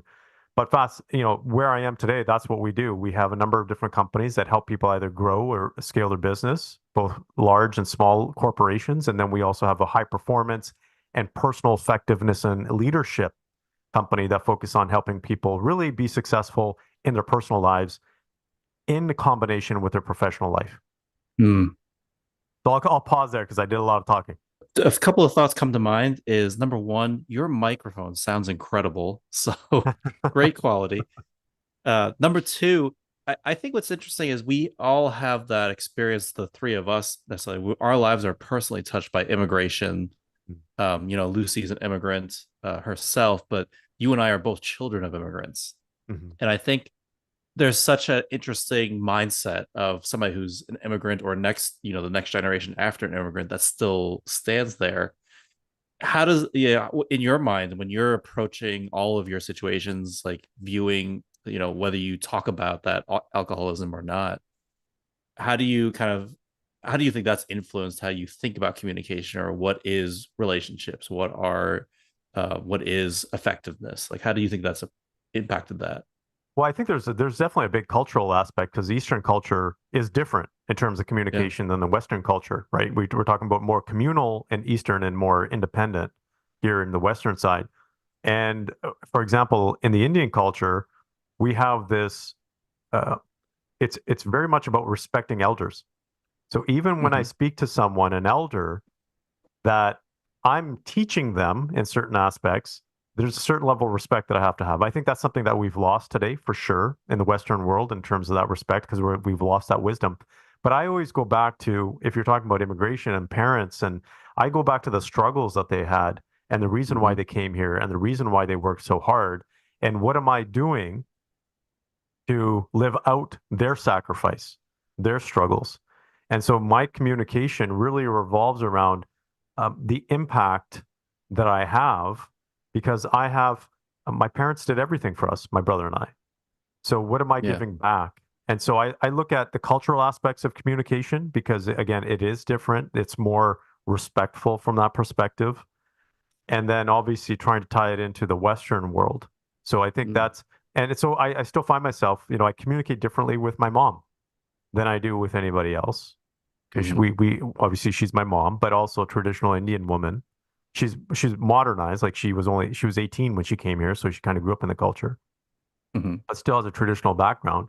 And I'm trying to teach that to my kids too, because my kids have this. We talk about respect all the time, but it's different for them, and I've seen that. So you're Yeah. trying to instill that within them. So that's what I see. I think the biggest thing when it comes to communication is the level of respect and how that's Mm. different. And the other thing I saw was, you mentioned like when you were getting used, or not used, but just after growing up with your dad's alcoholism, you were starting to notice like signs and triggers.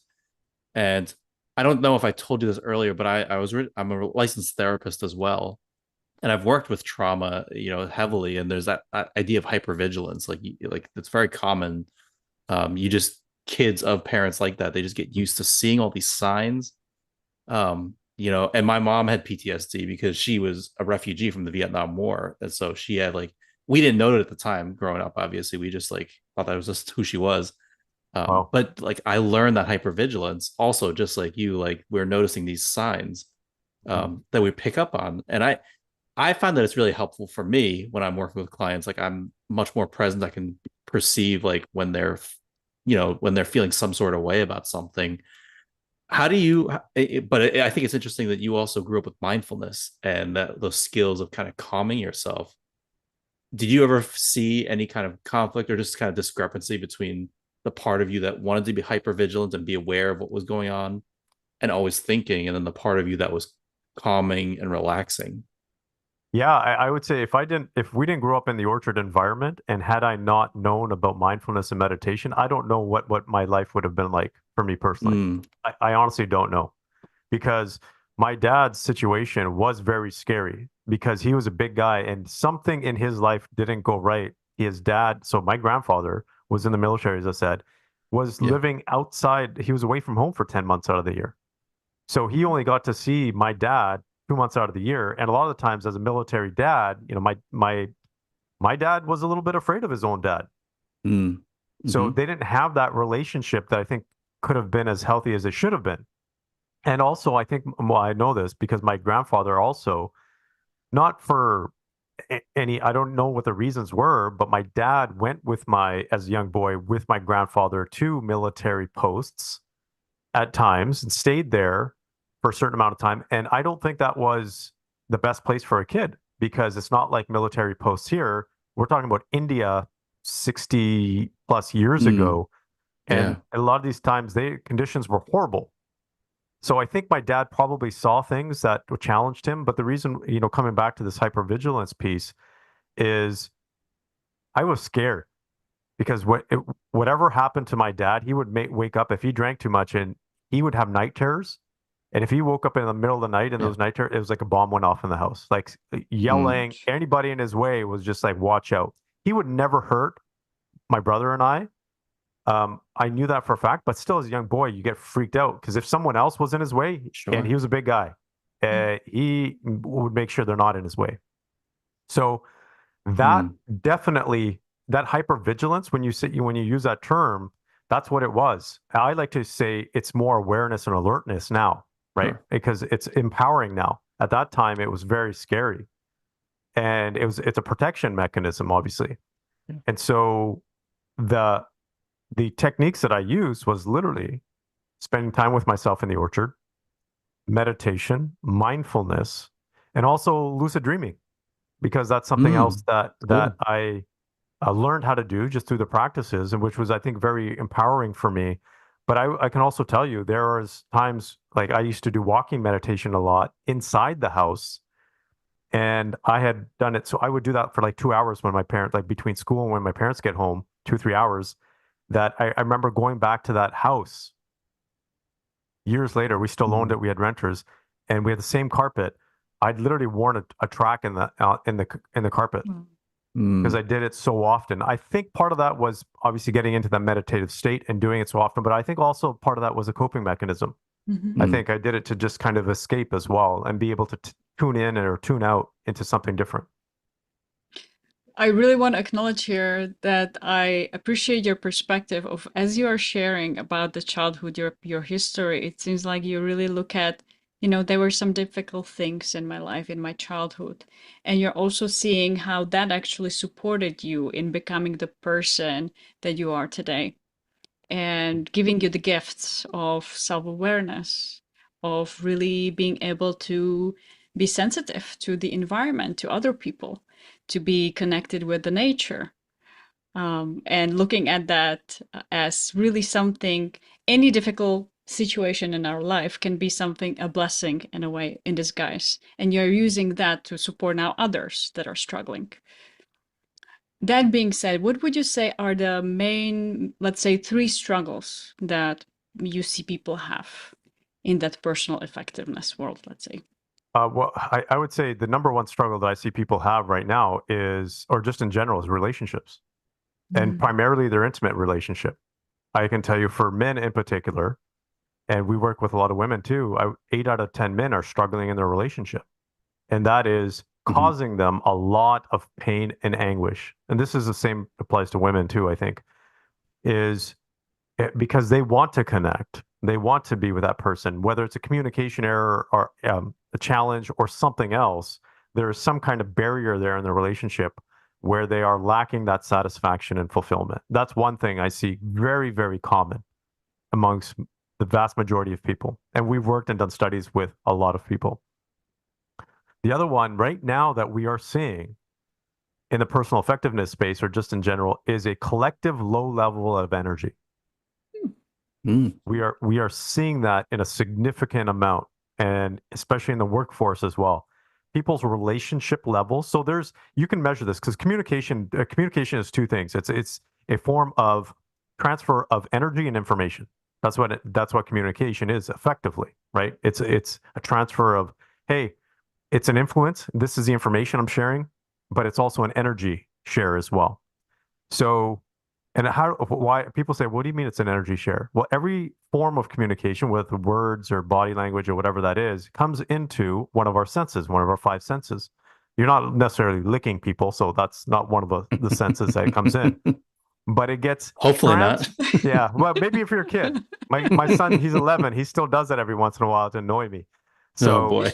yeah, so I would say that still applies for him. That's still applicable. So that those senses, we take that information and convert it into energy.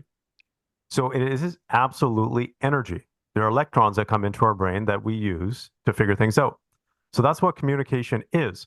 And coming back to this low level of energy, this is what we're seeing is people through COVID have come out very obviously socially isolated because one of the other core aspects, you would know this, Chris, and sorry, Lucy, I don't know your background, but we are social beings, and our brain, to be healthy and remain healthy, needs to remain social. In fact, it's one of the key things that can help us not necessarily improve our IQ, but keep our intelligence or slow us down from aging is social interactions.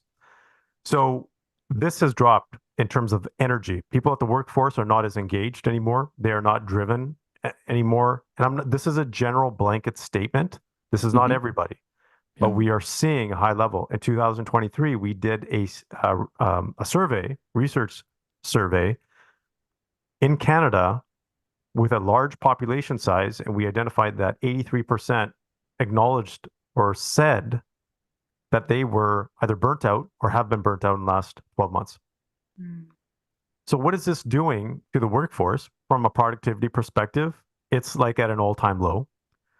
And what does that also do from relationships and communication? Well, guess what? When you're low energy, you don't communicate very effectively. Hmm. And that's the biggest challenge that we're seeing within relationships right now, too. So we have relationship challenges, we have low level of energy in terms of productivity, motivation, and drive. And then we're seeing the impact of a lack of effective communication. Again, not only have an impact on relationships, but personal well being as well. And stress, burnout, depression, anxiety. We've seen those numbers go up. And it's not just COVID, it's because of technology as well. Firm believer, we've been watching this for the last 10 years.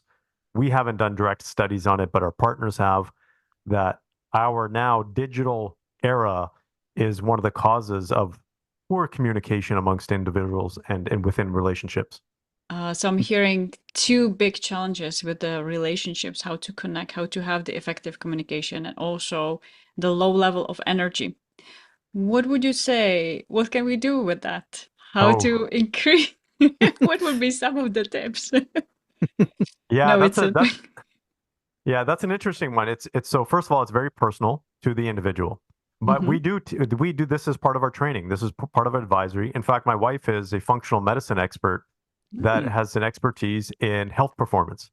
So this is what we do when we work with our clients because she works on the health side and I work on the cognitive and emotional side and spiritual side.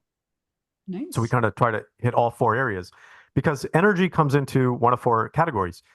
Your cognitive, emotional, physical, and spiritual. So then we have to identify what is challenging those, and all four of those buckets influence each other. And the core of that is what we call source, which is your spiritual, right? If the spiritual is low, all the other ones are going to be low and they're not going to be sustainable.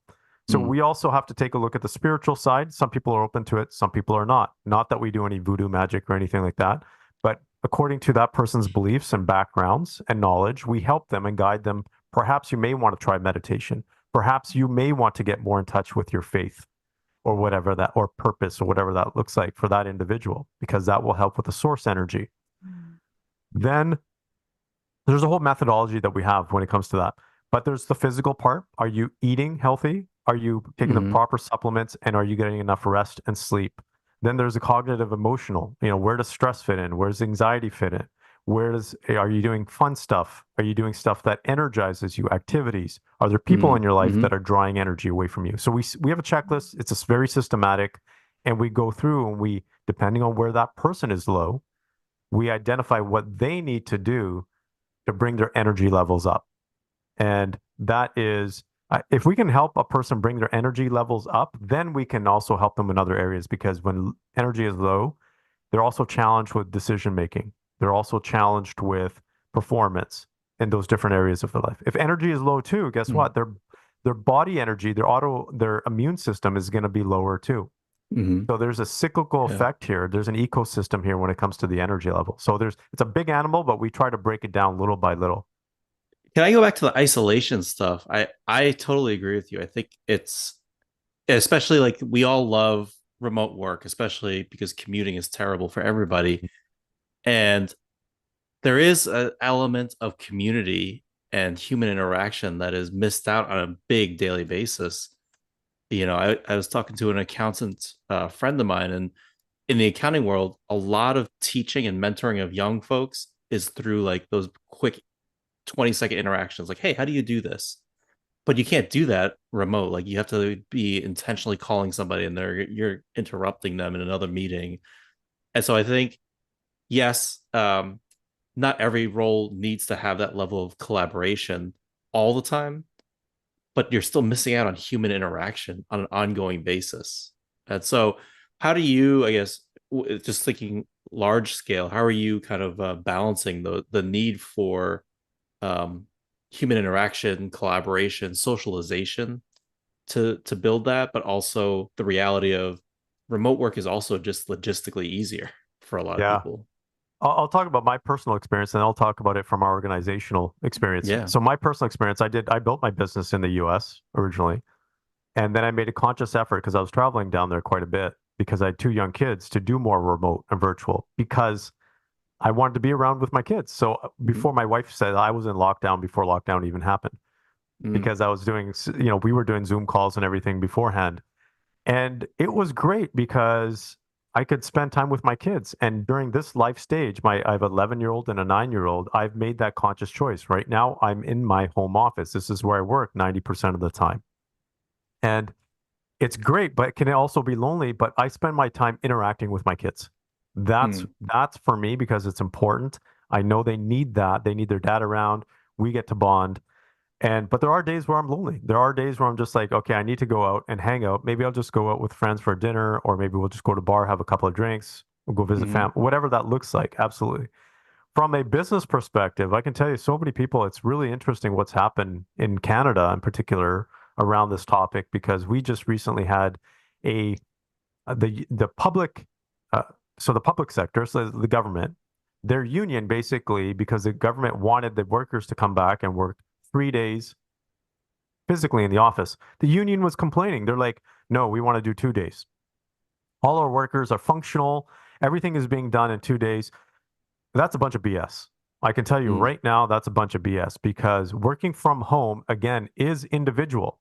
Some people are more productive from home, some Yep. people are not. True. I would say, if I was to guess, I would say the vast majority are not because the vast majority have not built in the systems, the discipline, and the mental approach to separate work from business. And then what ends up happening is they work longer hours, work into Yeah. evenings. They can't delineate, differentiate, and it's hurting them more than helping them.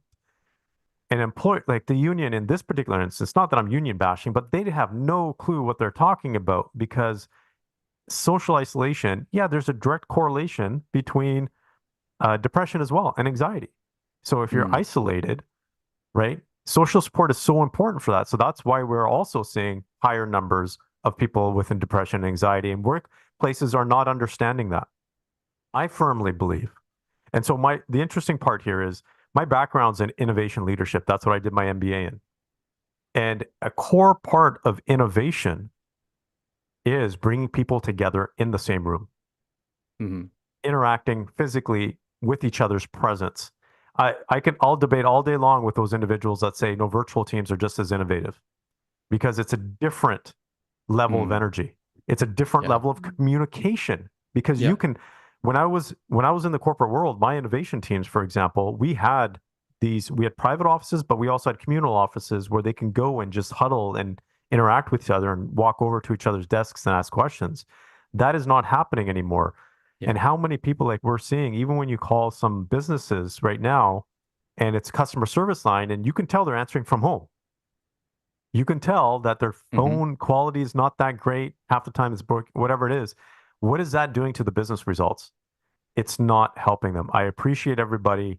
I don't want to drive downtown. No, thank you. So I'm not saying that, people should be forced to work down the 5 days a week, but we need to understand what the ramifications are from a personal perspective, a health perspective, and a productivity perspective, because it's not necessarily more productivity. Now, the interesting thing here is, and this is my theory and our theory, and we haven't tested this, we will probably do studies on this, but I do believe in the business world, the number one competitive advantage, if we take technology and AI out of the picture, going forward for an organization that has people, is going to be the people's well being and quality of life. Because if they don't have proper well being, they're not going to be as productive. They're not going to be performing at the high level. They're not going to be able to sustain. They're going to be dropping like flies, which we saw, right? People were Hmm. just quiet quitting, right? They just Yeah. wanted to say, so it is of the best interest of the company to identify how do they help their people have better well-being. And that's not easy. It's not an EAP program, Right. right? Because that's very passive. This is where, we don't do wellness training. That's not our approach. But we do high performance training, which incorporates quality of life and well-being. So Mm. this is where we come in, because we've told people that on a scale of burnout, you have burnout on one end, then you have proper well-being, then you have high performance on this side. You cannot get someone to be a long-time high performer if they don't have proper well-being. They will burn out, Yeah. and that's a bigger challenge. So that's where, and if we're talking about communication, we've seen the communication amongst teams, the quality drop because they're so digitized now. There's more MS Teams communications and pop-ups, and people are getting more frustrated. I can tell you, Yeah. vast majority of our clients that we work with, they are getting upset with all the pop-ups every time their team messages them and all these digital notifications, because it's now frying. I'm going to use that word loosely, right? It's Hmm. frying their brain. It's frying their attention. It's distracting them. Yeah. I took off all the notifications on my computer and my phone for those kind of things. And it did make a big difference when I took Mhm. all those notifications off Yeah, to it makes a not. huge difference because they're billion-dollar companies. When I was in university in the Yeah. US, I remember they were pigging off behavioral scientist grads straight out of Stanford for 200 grand. No experience. Hmm. They're the social media companies, because they Yeah. wanted these scientists to help them. And we're talking about over a decade ago. They wanted these scientists to help them build their apps, because if you can understand how the brain works, you can get people Right. adopting your technology and hooked on your technology. It's as simple as that. You said a really interesting thing about wellness is because I used to do trainings on like burnout and wellness, and I actually didn't like doing those because those were never very useful for employees because it didn't change the structure of kind of the things that were stressing them out in the first place. It was really just saying, hey, it's kind of saying it's your fault that you have too much work. You just need to figure it out how to handle it better. So what are you, I mean, I appreciate that you're thinking about like more organizationally, how are people and leaders creating that? What are you thinking about when you're trying to work with organizations in improving that wellness? There's a number of different things. So from our perspective and our research, yes, uh, it's one, we have to teach the individual how to manage themselves. That's the most important aspect, because if can manage themselves, they're going to be able to say, okay, this environment is for me, or if it's not for me, right? Because then if they say, this is the best I can do with the tools that you have given me and the knowledge that you have given me that I have applied properly, I'm still feeling overwhelmed and stressed and all this kind of stuff. Now they can actually make that decision to say this environment is for me or not. And from an organizational perspective, they have to truly understand how people work. I'll give you a simple example. There's this misconception that was out there in management, based on some misinterpretations of studies that said, hey, if people are extrinsically motivated, meaning that they are strictly motivated by money or whatever that is, that's bad. People have more of an intrinsic motivation style. That's better, because they're doing it because they want to do it internally. That's not the case. That's not what the study showed. Both are very Mm. important. Both are just as important. If you layer them together, you can actually make people more motivated. So we have to create an environment based on actual knowledge and what's actually working for people and individuals. But organizations do need to support proactively talking about this concept of well-being, which they're doing, but incorporating that into the culture and actually saying, in our culture now, what is happening when people are working there in office 3 days versus 4 days or whatever that looks like, and how do we change things? I think that whole aspect is going to, I think there's going to be more weight put on that going forward. And then better leadership as well. And here's my take on this. A very poor leader can just destroy a culture, can destroy motivation, can destroy people's well-being as well. So we have to be more conscious and aware of that. But here's the bigger thing that I noticed, Chris, when you're talking about wellness training, when you're talking about these other things, the most important thing is integration and, well, implementation and integration. Because when we're talking to a group of, let's just say 30 individuals, right? Now we're asking them to go out and do things individually. And the chances are very few of them are going to do that. What we have to say is, now, what are we going to do as a group to integrate that into our company? That's what I see missing a lot within organizations, because that integration isn't happening. And it's much easier to change a person's behavior in a group setting when there's social support, but also social accountability, than individually. Yeah. And so that's where we're kind of missing the mark there on that side. And on the flip side too, and I appreciate wellness training because it's very, very important. We also, this is what I acknowledged for myself, right? This was a turning point for me when we built our organization. No one trains us how to be higher performers and more productive. And this is very important for us, because can the average person get 8 hours of work done in 4 hours? And the answer is yes. But no one trains us how to do this. This is what we train people on. So now, if we actually train them how to be higher producers and performance-wise, now they have the ability to manage themselves more effectively. The vast majority of people, if you ask them, they're like, "Oh, I got so much on my desk. Like, I don't know where to start in terms of prioritization and all this. I don't have enough time." That's the number one factor people say, or they attribute to their misery or whatever that is. The next is energy. I don't have the time or energy. Right. And that comes into a capacity thing. So we have to show people how to have more capacity. The other thing too, sorry, I'm rambling about this, but I'm so passionate. But, this is where, when we talk about it from a work perspective, it's not just work, it's personal life. Because I can guarantee you, people are burnt out at work because of their relationships at home. Yeah. They're burnt out at work because they're not eating healthy or not taking the proper supplements. So we give them point improvements, but we don't talk about the entire system and ecosystem. And that's what we need to do a better job of. And EAP programs, guess what? The percentage usage is typically 3 to 6%. If an organization hits 10%, they're doing really well. But the vast majority of employees are not going to do that. And I think my belief system is that we need to, just like, my wife and I were talking about this the other day, where her friend, one of her best friends, they're Catholic, and they were forced to do, it's kind of like a pre-wedding counseling with a priest or whoever it might have been, to make sure that they were aligned in values and so forth. I don't know if this person was a professional or whatever that is. I'm not judging the quality of it, but I like the concept, because they were talking about the requirements of being married. They were talking about better skills to be married. So that was kind of like a pre-training, approach to that, which is awesome if we're getting into a relationship and marriage, because no one teaches us how to have a good marriage. We learn from those around us. Same thing with productivity and performance. We are taught, and even wellness, let's just include that in there. So imagine a new employee is hired in an organization, and now we are teaching them the basic core skills. This is how you have proper wellness. This is how you have optimal performance and productivity and well-being. Now go ahead. We're going to teach you how to have better technical skills, so you can actually apply those in your workplace.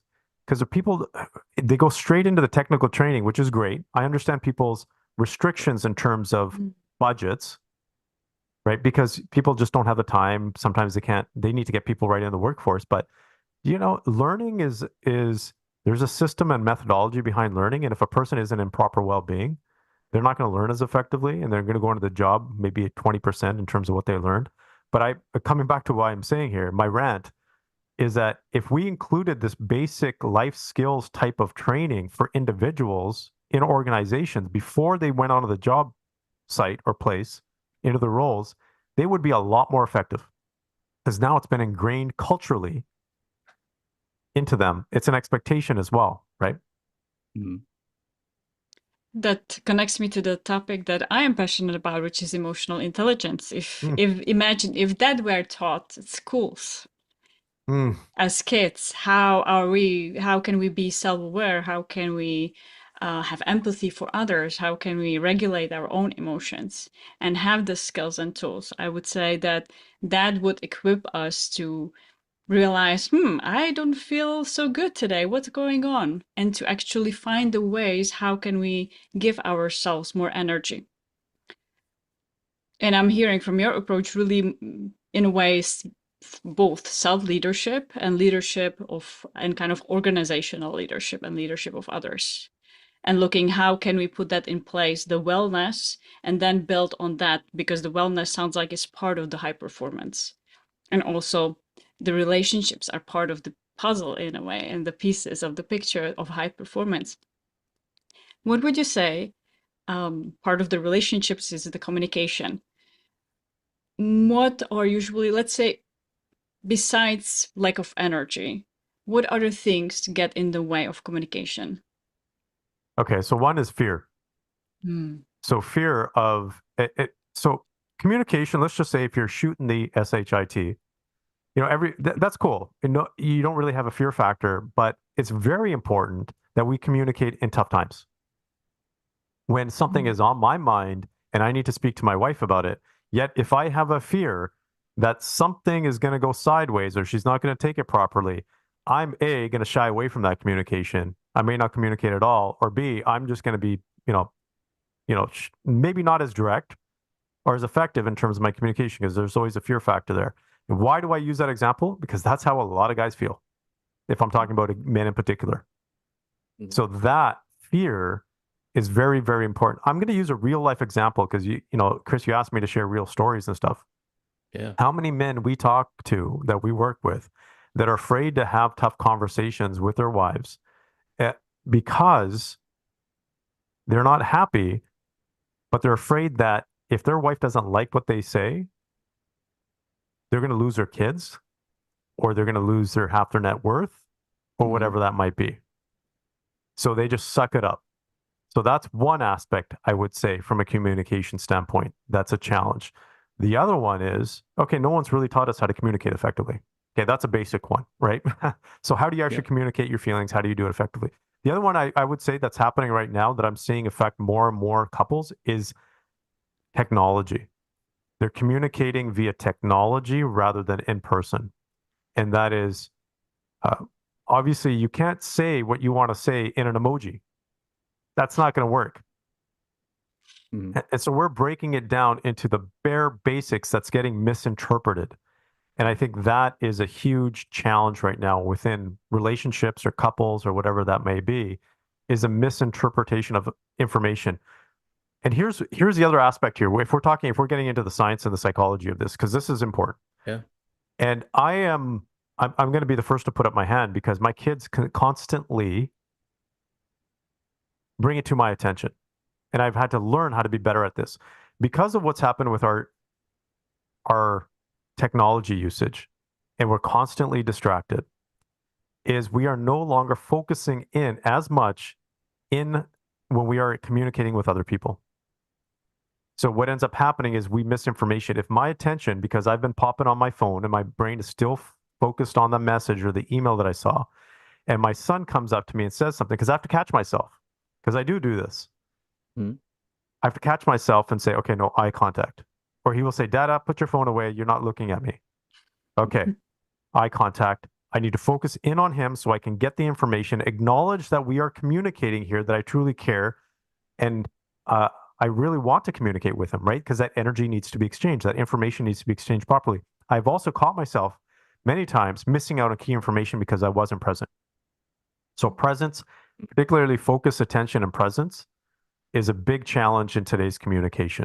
So that's my and I again, if I go back to this, I think this is going to be, if we take a look at a basic human skill that is going to be one of the most valuable, that is one of the most valuable, but will be even more valuable going forward. It's going to be like the platinum for people in relationships. It's going to be the platinum for workers at the workplace, and for leaders is going to be the skill of attention and focus and being present. Hmm. Because most people are going the opposite way. How do you, I guess, how do you get people to focus on just even wanting to do that? Or when people come to you, are they already wanting to change that? They're already recognizing there is a problem. Um, or I guess, are you like helping them think through that like a bit necessary, the necessity of focusing on that attention and being aware? Yeah, we have an entire, you know, training program on attention and focus. And so that's a big thing to change, but it's to change that a person has to change their behavior and habits, and that's not easy to do unless they are Yeah. absolutely driven to do it, as you know, right? And this is the toughest thing that I had to come across. And if that person is not motivated, does not have a strong desire to do things differently because of whether positive opportunity or negative repercussions, they're going to be stuck, and that's hard. I can tell, like I went to uh, I think it was 3 weeks ago, 4 weeks ago, I was flying. I went to the checkout for the airline, and both ladies there that were working were on their phones while they were serving me. Hmm. I was like, and they were showing each other like their Instagram posts and stuff. I was like, are you kidding me? Oh no. So this behavior piece has to change. It has to shift. And sometimes we have to make hard choices. Sometimes there's a hard line.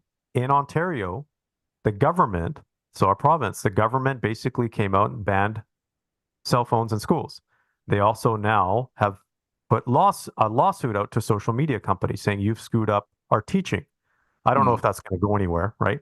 But at least they've made a hard stance on that. So the question then is, can we be disciplined enough? Because it is so hard. We are fighting against like, it's a tsunami that has hit us when it comes to technology. It is hard because all my kids, my son, when can I get a phone? When can I get a phone? So and so has a phone. You're not going to get one till you're 15 or 16 years old. Story, kid. Like it Yeah. takes hard. It's hard to be a parent these days because of these certain things.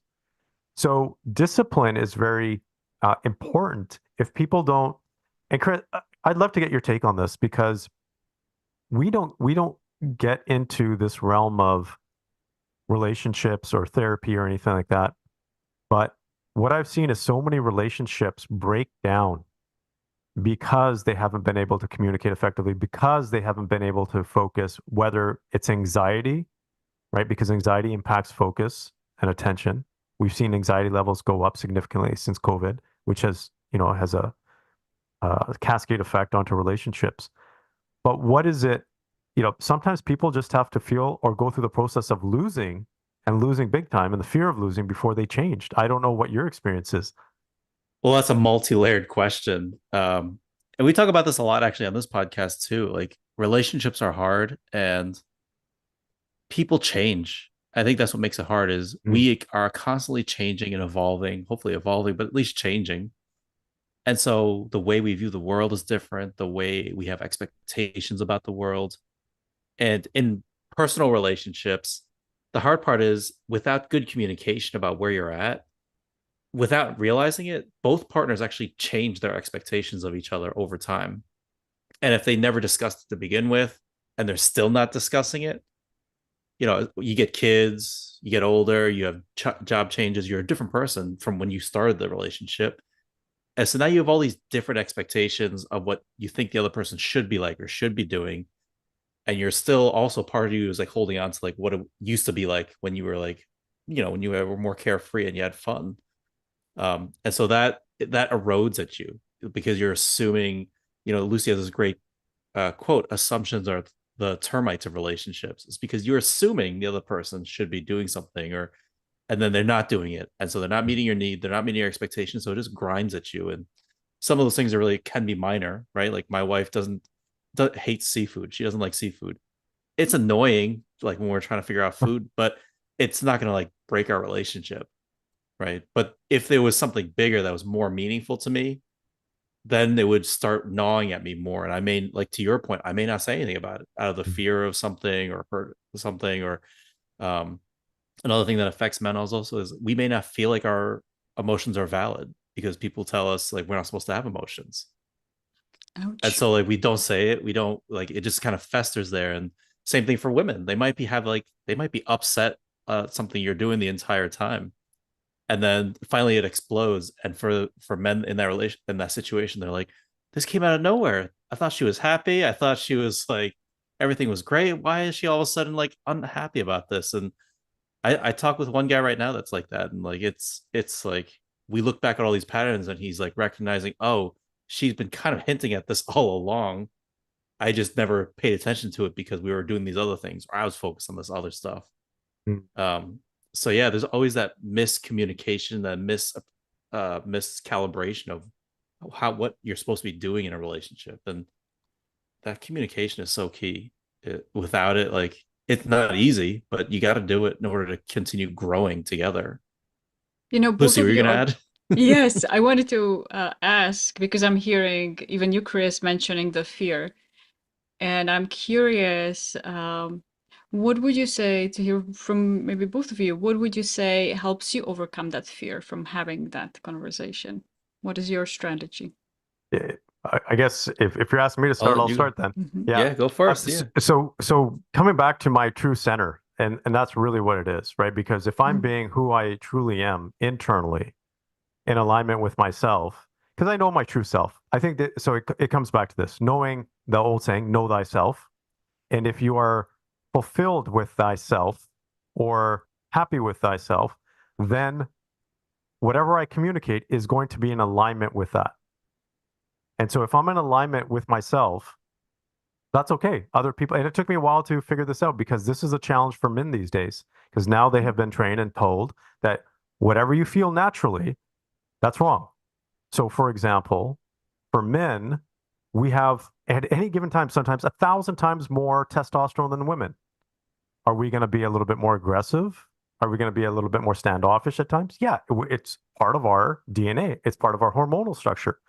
So, does that mean we need to be belligerent and stuff like that? No. But if we want to have a stern voice, whether it's whatever communication, sometimes with our kids or whatever that might look like, sometimes we have to express that. Because when we subdue that, that's when we feel like we're not being in alignment with ourselves. And a lot of men are being Mm. told that now, that that's no longer valid, right? That's not right. Ouch. And that does, and so when you do that enough for men in particular, they stop communicating because now they're unsure of what to communicate. They're not confident within themselves. So I'm not saying this whole, we've had centuries and centuries, millennia of men being belligerent and all that kind of stuff. I understand that. But if we talk about the average person who's mindful, man, and he has good intentions, and now we're saying, no, you can't communicate that way, or you shouldn't say that, he's going to second guess himself and just be like, what's right, what's wrong, and lose touch with himself. So for me, this is one of the things that we do in terms of our work with men. And I'm coming back to this in terms of your question is I need to be in tune with myself. And if I'm in tune with myself, then I can communicate effectively. That's very, very important. And it also sounds like not just being in tune with yourself, but also not shaming those parts of selves and not taking maybe other people's judgments Mm. internally. Yeah, it's so So kind of important. self-acceptance. Yeah, self-acceptance, because I have to, with my son, raising him was really interesting. It was an experiment, and with my daughter too, right? It was almost like a social experiment. And what I realized was I do need to communicate to my son differently. Mm. Sometimes I have to have a sterner voice with my son. And at the beginning, Mm. I was just like, should I do this? Should I not do this? Whatever. And then that wasn't natural for me. And then I said, let me see being more natural to myself. And he responded better. Mm. So we have to acknowledge that because Yeah. sometimes our gut sometimes does direct us in the right way. Mm. I love it. I'm glad you came back to the question because I actually forgot the question because I was listening so intently to what you were saying. That's like really reflecting on it. I think I what helps me even have that conversation is number one, I think I'm comfortable having it because of just my training and like I've done a lot of it. But I think I always reflect back, especially my personal relationship, is how important is this issue? Is this issue going to be something that's going to really continue to fester and grow? I'm going to be bothered by it 5 years from now, 10 years from now. Or in 5 years, will I even remember that this was an issue in my mind? And that's always helped me keep perspective, especially like those early days of when we had kids and they were infants, and it's stressful for everybody. Nobody's getting any sleep. And everybody feels like they're doing an inordinate share of work in whatever way. And then I think I would be there doing a bunch of the housework, and I would think it's annoying. I feel like I'm doing more work, but also in 5 years, am I going to remember that I did this? Like, is it really going to matter? And then most of the time it didn't. Most of the time I was like, all right, whatever. I'm not going to remember this. But there would be times where something would come up and I'd like, you know what? I think I'm going to continue. This is going to continue gnawing at me. And so I would talk about it with her. So that's always helped me, is thinking about how important is this issue to me really? Is it just a mild annoyance, or is it something that really needs to be discussed? Um, Pradeep, I would let's imagine now, for whatever reason in somebody's life, they put on this podcast, and instead of listening to the podcast, they skip to the last 5 minutes, 10 minutes of this episode for whatever reason in their life, and they're coming in. Hey, welcome. Listen to the rest of the episode. What are 1 to 2 takeaways that you would really hope people would take away from this conversation? Wow, yeah, that's a tough one. We had some great conversations here, and we talked for a while. The thing I think, coming back to the question that you asked Lucy, was, the communication part, which is, I think it's so important for an individual to be in tune with themselves. And many of us have lost that being in tune, or just lost ourselves, or we've never perhaps been even really in touch with ourselves. And that part is so important, because when we're authentic and aligned more with ourselves, then we can have more effective communication. And that fundamentally comes down to it. And I think that's important. If I share like real life stories, when I'm in line with myself, other people around me, I don't even have to really say much. They just get me, because I'm behaving in a way that's in alignment with myself. And I like it. And hopefully those people around me in my friendships, obviously, they would probably like it because they're hanging out with me. They're my friends. So we're automatically more aligned from that perspective. So it's not always verbal communication, it's also body language and our own behavior. Do I feel like I'm acting within myself, in alignment with myself? If I'm not, then that whatever communication I put out is either going to be not authentic, or it's going to be misaligned. I think that's the first part. And coming back to something I said before, which was, all forms of communication they have two aspects. One is information, the other one is energy. So we really have to be aware of what kind of energy we are transferring to other people, also absorbing from other people, but also the information that's involved. Because if we get better at communicating, we're going to get better at transferring information and better at transferring energy.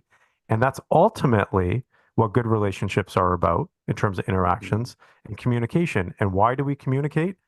Every form of communication is a way of some kind of influence. It's sharing. Hey, even if you don't want someone to do something, it's, I'm okay. We're in each other's presence. Or, for a baby, they cry because they're hungry. Even if I look over at my son while he's doing something and I kind of give him the eye, it's because I'm saying, chill out, son, or whatever it might be, my daughter. Everything is a form of influence. Every communication is some kind of form of influence. So I think if we get better at understanding it, which I think why your podcast is so great, for people to learn that is such a masterful skill that just improves quality of life and relationships and happiness and ultimately fulfillment. And we're all here, as one of my mentors, spiritual mentors, once said, every day we should be living it like we're in Disneyland, because that's what life is like. That's the whole point of life. If you're going to go to Disneyland, if you're not going to enjoy it, what's the point? I love that analogy. That's great. Also, can we, awesome. I appreciate you talking about how great our podcast is. Can we talk just a little bit about how great our podcast is? Yeah. No. Every guest we have says something to your point about our tagline, which is, we believe like if we can communicate better, we can live better.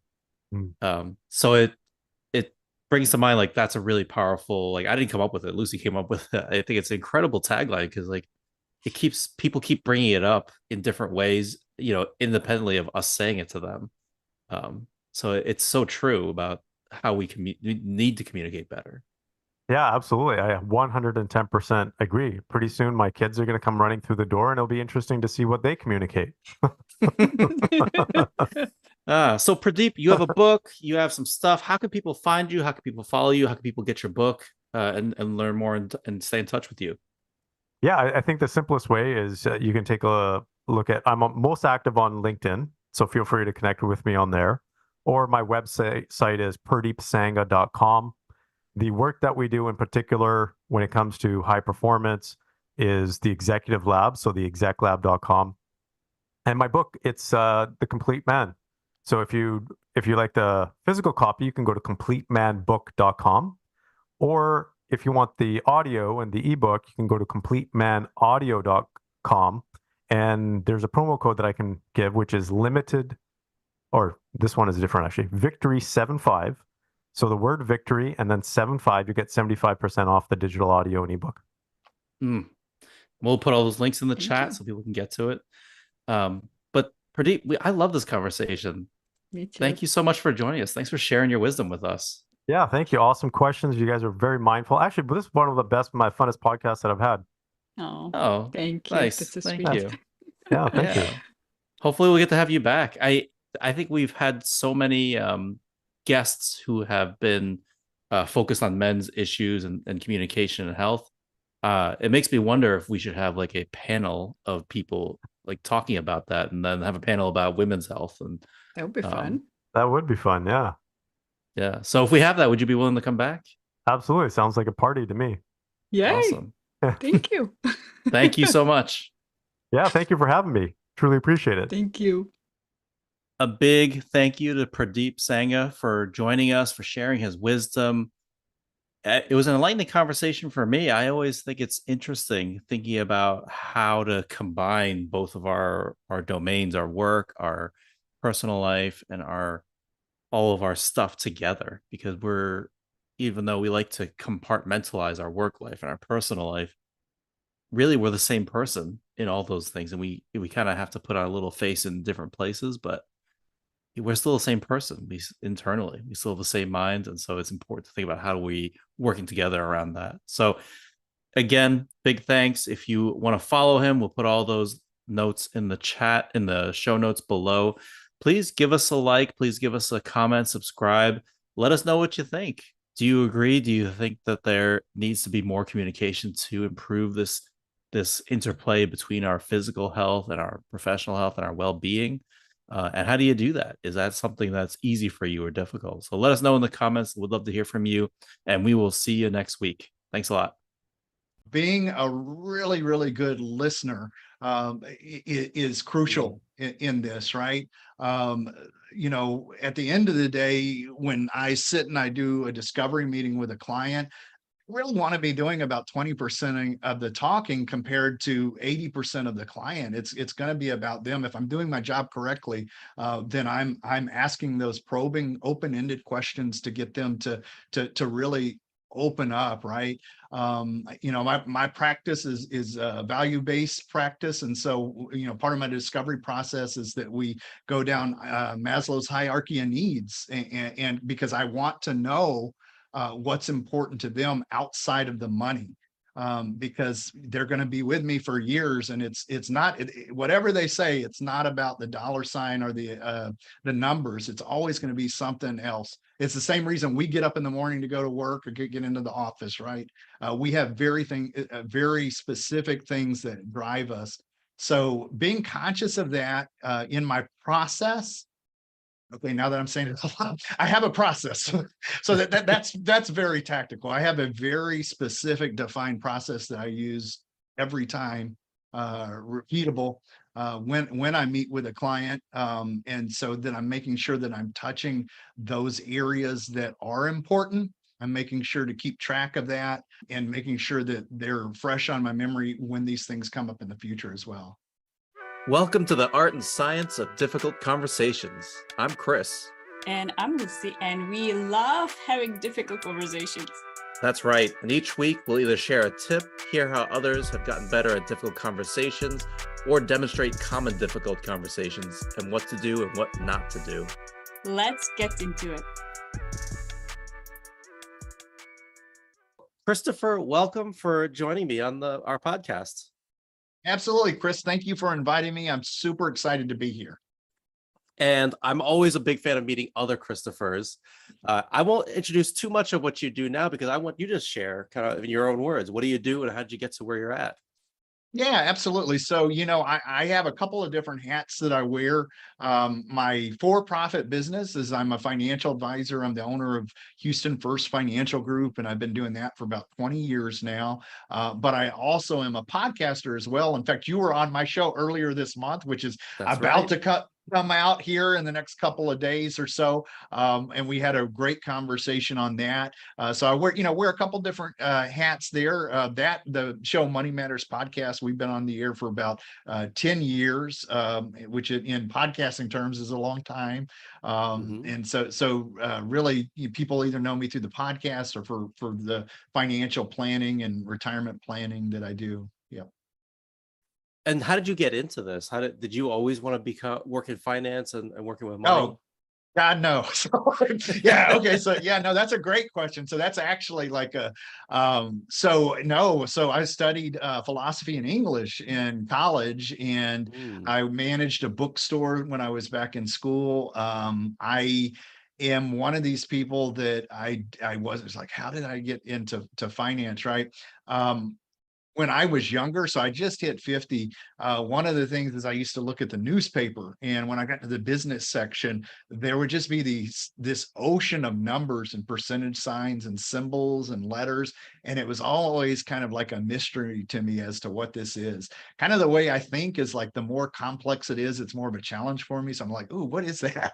So I actually, when I was at the bookstore, one of my employees there was moonlighting. And he was a banker, believe it or not, and he was moonlighting part-time at the bookstore. And so he kind of hit me to finance and stocks and investment. It was an area that I want to say I was always interested in and kind of attracted to, just from the idea of like, what is this about?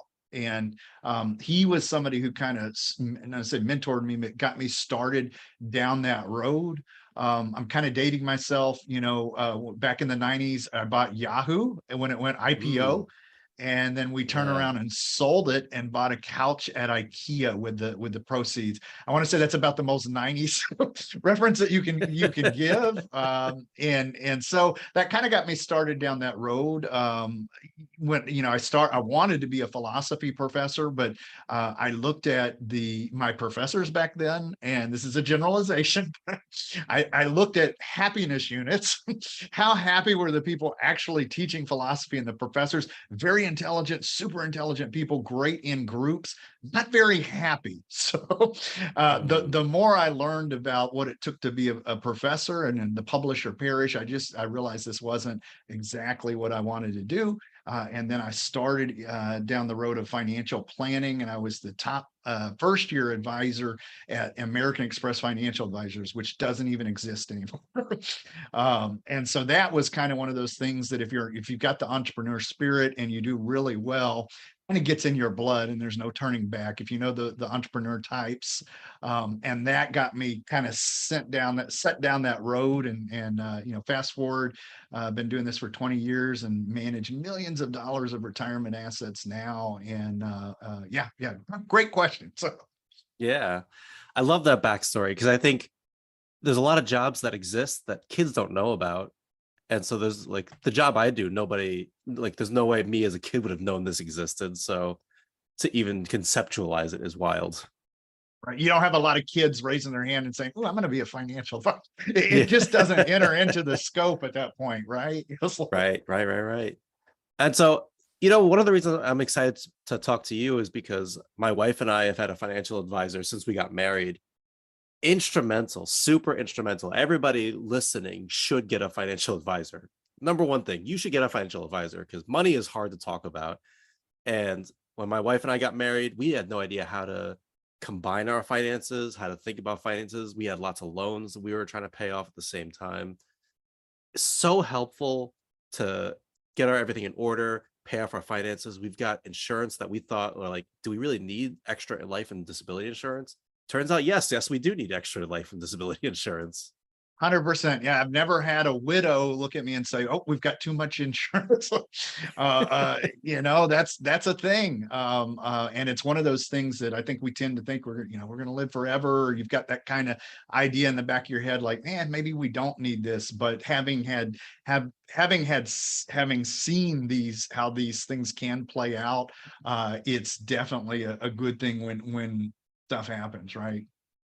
Yeah. It's like that's really the essence of it, right? Like this is in case something catastrophic happens. And our financial advisor, because like the work both me and my wife do are white collar workers, right? So even if we get hurt or disabled, we can still kind of work.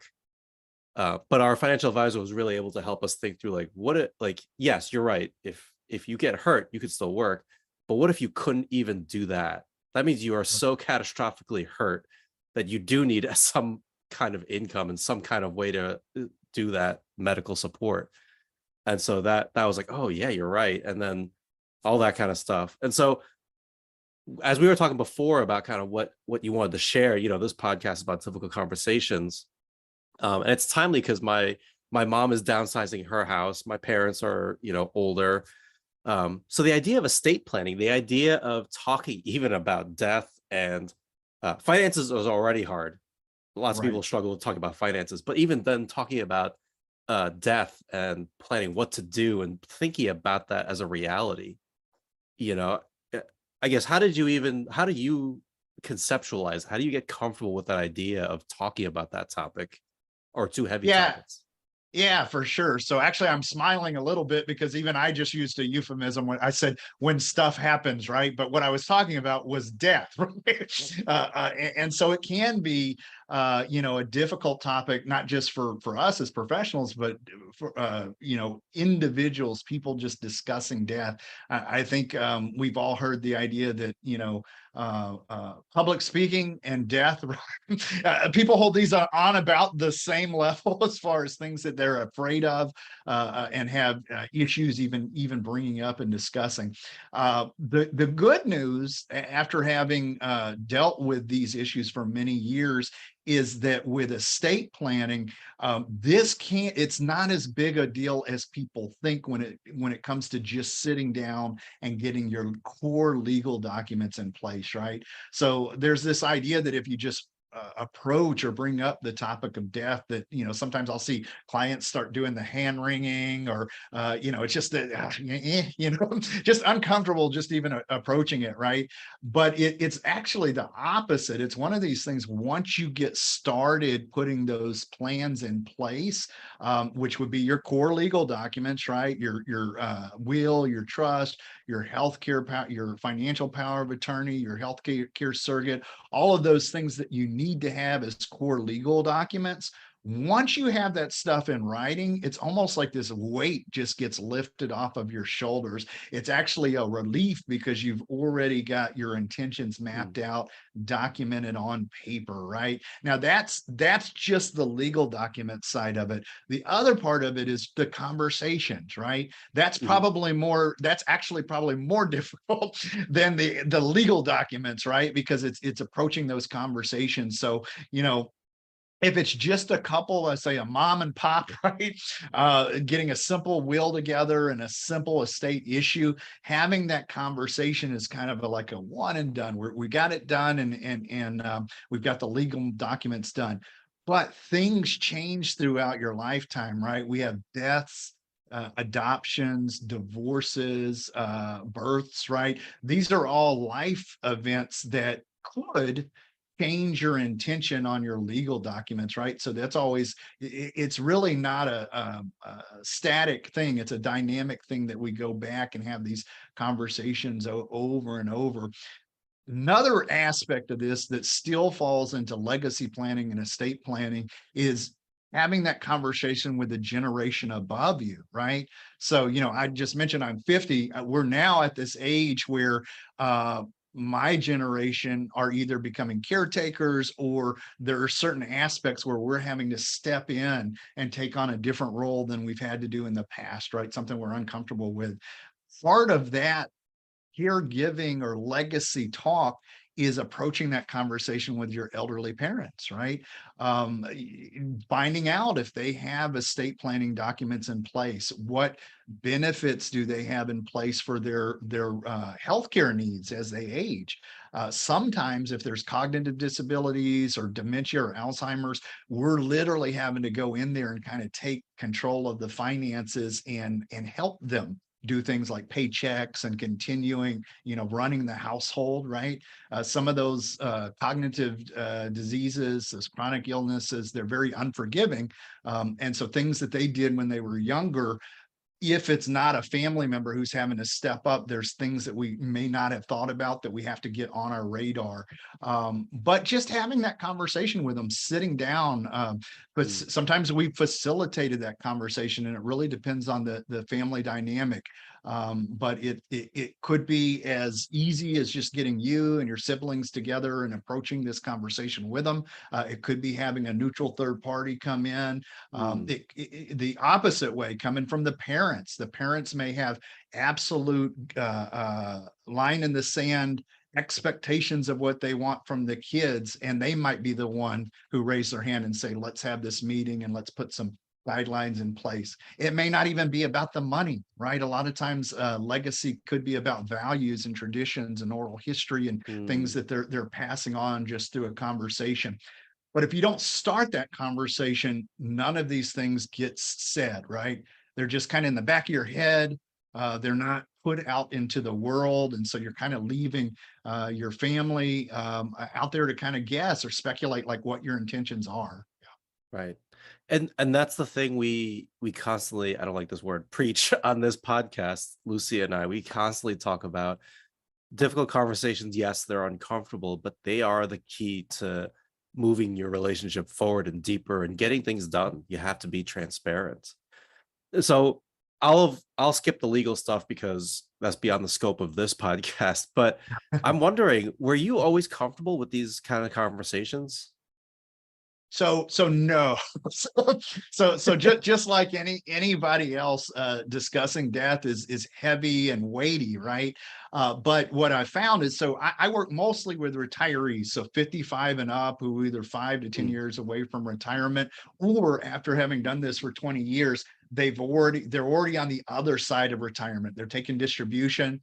And so my clients have aged with me. So, I was started in my 20s, I'm 50 now. And so they've aged right along with me. So I've had a good bit of my clients pass. I've had their spouses pass. So we're initially, the main thing that I was helping people do was just retire, right? You get signed up for jobs you didn't think you were going to do, right? Well, part of me helping them is helping them through this part of transition and through their lives. And where it does come into play, there's something called a widow's penalty, right? So if you are married and you file your taxes, you're going to be at a lower tax bracket than other people, right? Than singles. So if you have a spouse that passes, this is literally the last year that you can file as married, filing jointly in that year. So I know a lot of people give the advice, like, if you're a widow, don't go out and make financial decisions right away. That's generally good advice. But when it comes to that widow's penalty and your taxes, this may be a reason that you'd want to make some changes in that low tax bracket. So there's things that we can do on the finance and the dollar sign side that's going to be a way that I can help, right? But the conversations, this is just something that as my clients have aged, we're realizing this is a super important thing to discuss with them. My company, Houston First Financial Group, we have a Houston HFFG legacy planning, which is a whole section where we help people with estate planning, but also caregiving. So just the idea of falling into that new role that you're not used to. These are things that we've realized as the practice has grown, that this is really kind of what we were hired to do that we didn't know. And here we are. So yeah. So tell me, I mean, if you can remember, what was those first few conversations where you suddenly had to start talking about this? Do you remember what that was like for you, or what was going through your minds? Yeah, so it's all, as a financial advisor and as you go through your practice, we are taught and trained to make sure that estate planning is a thing, that we have those Okay. conversations, right? But there's a difference between being younger and having those conversations. Hey, everybody should have a will in place. This is just a good thing at the general practice across the board, right? To actually having your clients pass away, right? Very, very different conversation. I'm very empathetic. I'm somebody like if you call me and your spouse passed away, it's like, wow, okay, that's heavy, right? And so being put, I'm trying to think of some of the earlier ones. I mean, in when the pandemic came online, I had the most clients pass away in the course of the Mm, past 2 years than I had in the last 18 years prior to that. And that was just kind of the beginning of that age group with that coming online. The positives of this are I can see the gaps in the estate planning and what people didn't do to prepare mm, themselves or their spouse. And I always use the lessons that I've learned from that on new clients or existing clients, and it's through real life experiences. But yeah, it's definitely, I'm to get I'm not going to name names because of sure. Yeah, confidentiality, please right? don't. But yeah, but to get a call from a client, it's like, hey, Chris, my wife just passed. How does that affect us financially? From a financial standpoint, we have to do some restyling of the accounts. We can offer guidance in them settling the estate, the finance part of it, but we also can provide some guidance on how to have those conversations with the kids and what professionals you need to bring in and what things you should be approaching at this point and what things you should kind of put on hold or Mm. pause, right? Hey, Chris here. I really appreciate you listening to this podcast. And if you are listening to this podcast because you're looking to get better at these difficult conversations, well, if you really want to de escalate difficult behaviors and you want to be assertive without being aggressive and being true to yourself, I have a self paced course that can really help you because I know it's difficult being assertive in lots of different situations. If you're at work and you have to give feedback, if you have to deliver bad news to an employee, or deliver bad news to somebody that you care about in your personal life, or you're struggling to deal with defensive or sensitive people who are pushing your buttons and you don't know how to push back. It doesn't have to be that way. There is a world where you can handle these tough emotions with confidence. You can speak honestly and kindly while you're still being assertive. And you have the ability to manage emotional outbursts and stubbornness calmly, because these are things that I've had to overcome and learn.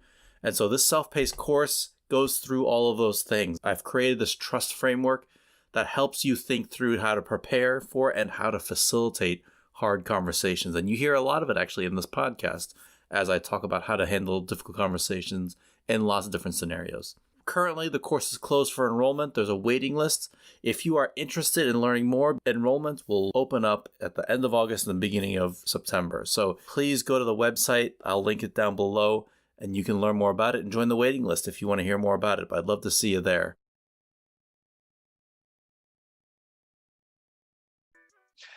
One of the main things that we like to point out is no surprises. We don't like any surprises. I think when it comes to money, nobody is excited when Yeah. you get, usually surprises are bad, right? So things like Social Security, once somebody passes away, they can retroactively go back and pull Social Security from your spouse once they realize a date of death.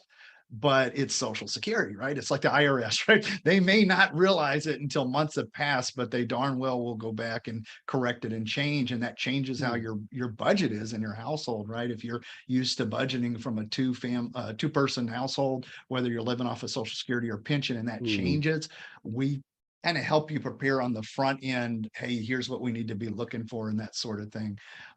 Even getting introduced to the children, that's the whole reason we do the legacy planning part, is because hopefully by the time we get to that point, we've already talked to the children at least a few times. I have the benefit of it being a family practice. So often the kids have already been introduced to us and we're helping them with their financial planning or their investments, right?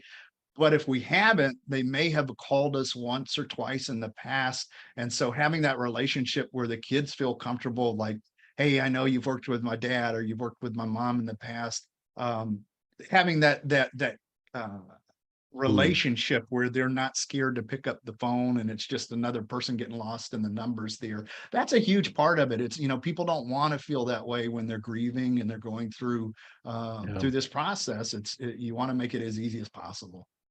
Yeah. What are your, I know I appreciate you sharing that there is a difference between how you're taught to do it and then the real life experience of like sitting in the room with a person and they're like talking about this heavy topic or they're really worried about it. And how did you, has that impacted how you even talk to your own parents as they've gotten to that age and you're starting to have more of these conversations? Yeah, I mean, my mom. So I've got a single parent mom, right? So my dad wasn't around, but as a single Yeah. parent mom, she's benefited from a lot of the mistakes Oh, that I've good. seen other people make, and so it is a positive thing to see patterns, right? When you're dealing with more than one person, a lot of what we call wisdom and experience is really just high level pattern recognition, right? So Sure, when we sure. when we see lots of this same thing happen over and over, to be able to kind of grab that experience and say, okay, I noticed this, and this is the right way to do it, and then to take that and to share that with others. So my mom's had the benefit of that, but I'm sure any other professional medical person would say the same thing. Sometimes that doesn't translate to your personal life across the board, right? So every family dynamic is different. But yeah, so that's one of the reasons I got started in retirement planning is my mom worked for a hospital early in her career, and she got her financial advisor guy was just an annuity guy. Mm. And so he sold her like a fixed annuity. And that was one of the things when I was of the age of reason. Once I figured out, it's like, hey, wait, maybe this was not the best thing or the right thing, that was one of the things that pointed me towards this career, because a lot of this is one of those topics or areas that people, they just get kind of glazed over. They don't want to get into the details of it, and they'll make bad mistakes, right? So being able to have these experiences with my own clients, hopefully she's benefited from them. I'm knock on wood here. When you talked about like creating that environment where that people are going to be safe or feel comfortable, and you're a lot of times you're an outsider by nature of the work you're doing. You're an outsider, you're not in the family. And I know that, like, yes, sometimes having an outsider helps kind of reduce some of that emotionality of that situation. But what's your personal tips of like how do you create that atmosphere of safety, of opening? Let's have an open dialogue and conversation. Like, what are your specific go-to tips? Yeah, so I'm going to say that it's high trust. So, I have the benefit of this being a family practice. So the whole idea around the practice is that we take in family trees instead of individual clients. And so that Mm, if somebody hires me, I'm doing a financial plan for that individual. But if they have children or they have parents, then that family tree is given the same financial advice and planning for like no additional cost. So that's why we take in family trees, right? So the benefit of that is like when you say, you're not a family member. What's strange is that we're sort of, adopted family. I mean, I have families where I'm talking to the sisters, I'm talking to all three of the kids that have, went from high school to college, and they're leaning on me for this advice because the parents trust me so much that they're saying, hey, you need to talk to Chris before you make any decisions there. So when it comes, those conversations are easier because it's that high trust relationship there. I'm going to make the argument that if you're not doing that and you're seen as like an outsider or just another professional, it's either not going to happen or it's going to be very, very difficult for them to do that, right? So I mm, was kind of planting the seed years ago when I started with these clients, and we just built these relationships up so that it just happens very easily now, mm, compared to I would even say if I just took a new client in and something like that happened, it's more and more difficult for them to open up and trust you, or even have you in their mind as this is the person I need to tap for this advice, right? So I guess what, saying it out loud, time has a lot to do with it. Sure. Let me Taking get that let's get time. really tactical though. I Yeah, want to yeah. see, like, because you're right, trust, I agree totally, like in any kind of relationship, that's the key. What do you remember doing to build that trust? Yeah, I mean, this is probably on this show, right? It's for difficult conversations. This is probably not the first time people have heard this. Active listening, being a really, really good listener is crucial in this, right? Um, at the end of the day, when I sit and I do a discovery meeting with a client, really want to be doing about 20% of the talking compared to 80% of the client. It's going to be about them. If I'm doing my job correctly, then I'm asking those probing, open-ended questions to get them to really open up, right? My practice is a value-based practice, and so part of my discovery process is that we go down Maslow's hierarchy of needs, and because I want to know what's important to them outside of the money, because they're going to be with me for years, and it's not whatever they say. It's not about the dollar sign or the numbers. It's always going to be something else. It's the same reason we get up in the morning to go to work or get into the office, right? We have very specific things that drive us. So being conscious of that in my process. Okay, now that I'm saying it a lot, I have a process. So that's very tactical. I have a very specific defined process that I use every time, repeatable, when I meet with a client. And so that I'm making sure that I'm touching those areas that are important. I'm listening, I'm making sure to keep track of that. And making sure that they're fresh on my memory when these things come up in the future as well.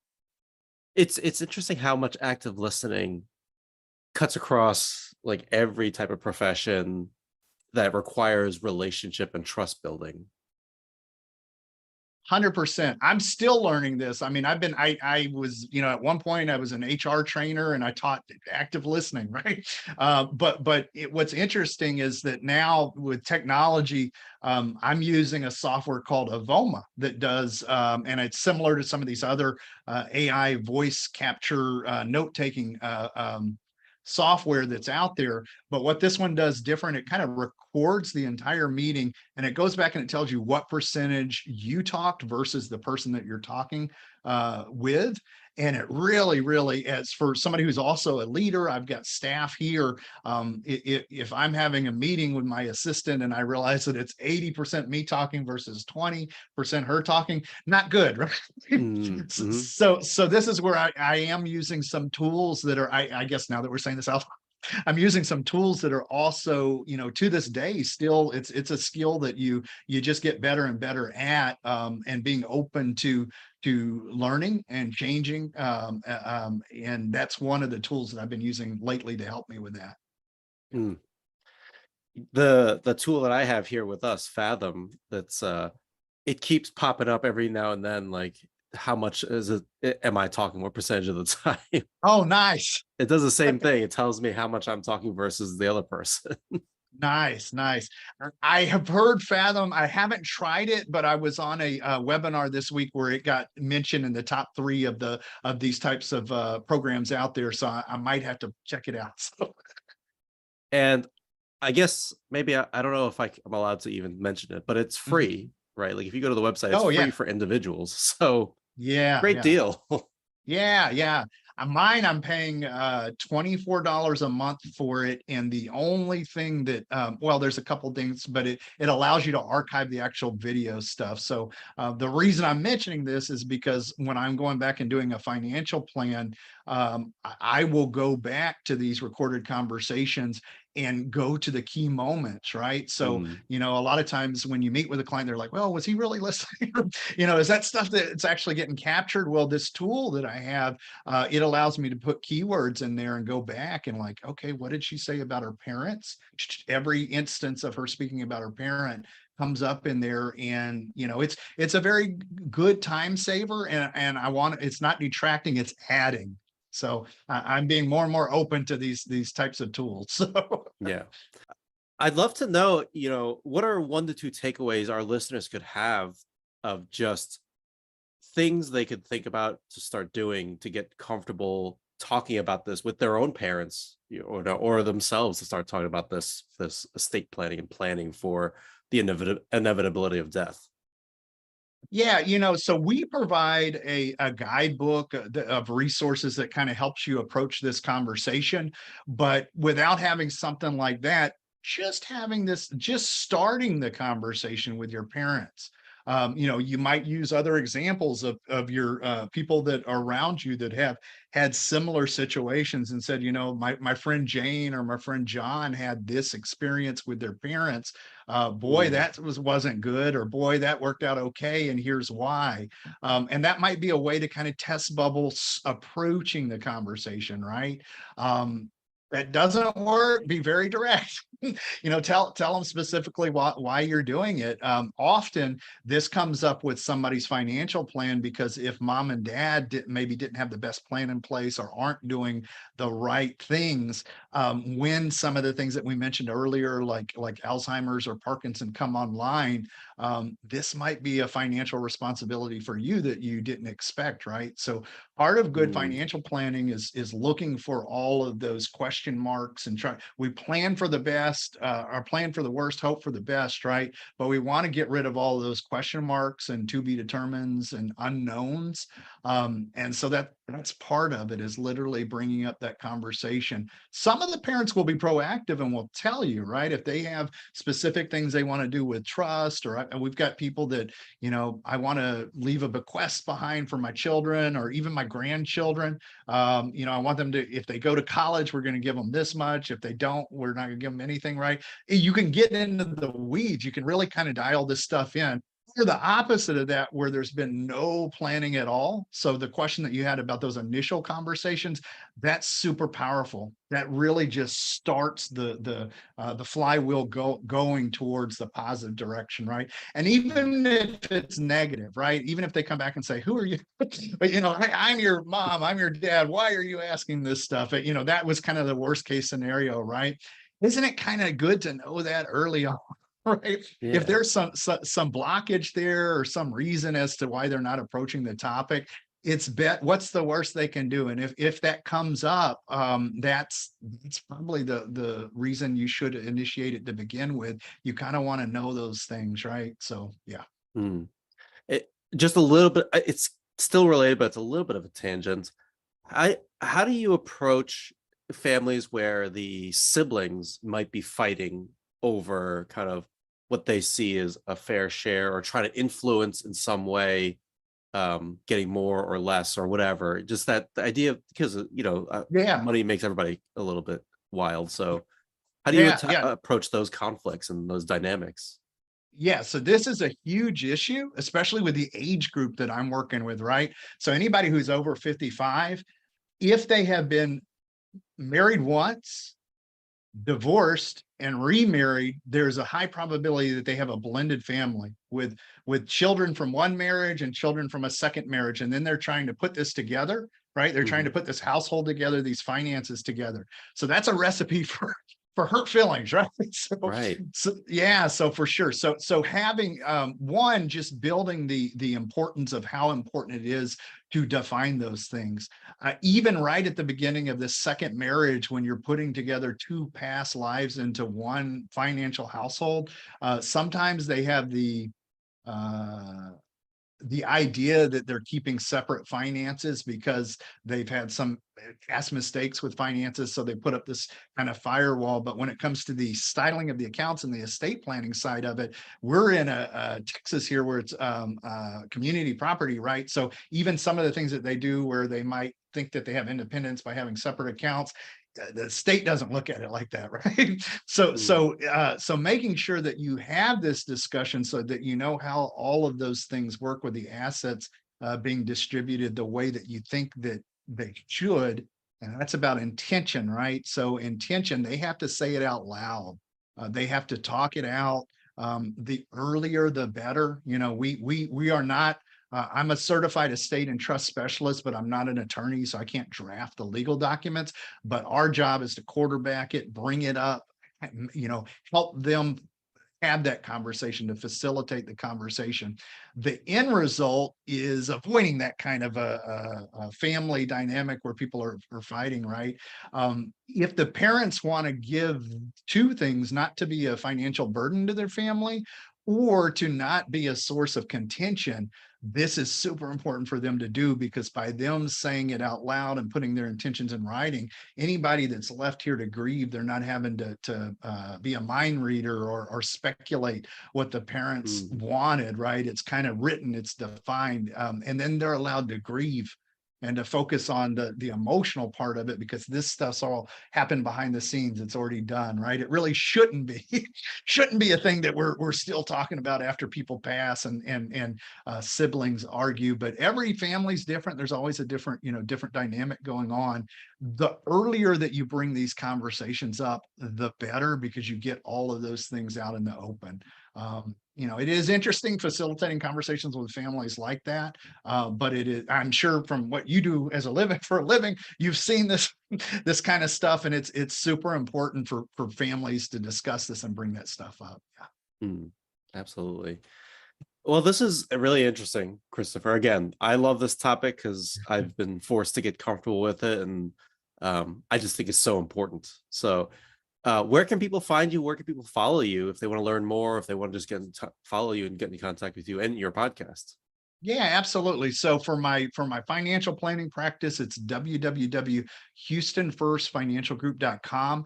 But for the podcast that we've been over 10 years, I've got, you know, even though Money Matters is probably one of the most common names for a financial advisor podcast out there, I have www.moneymatterspodcast.com. So I grabbed that one early and I can easily point people to that one. So that's the one I usually send people to. And I'm always encouraging people to subscribe to the YouTube channel. That's only come online for the last 2 years or so. So we're really trying to get that going as well. Awesome. And we'll put all those in the show notes so everybody can follow along and access. But Christopher, thank you so much for being on this show. I really appreciate it. I love being on your show too.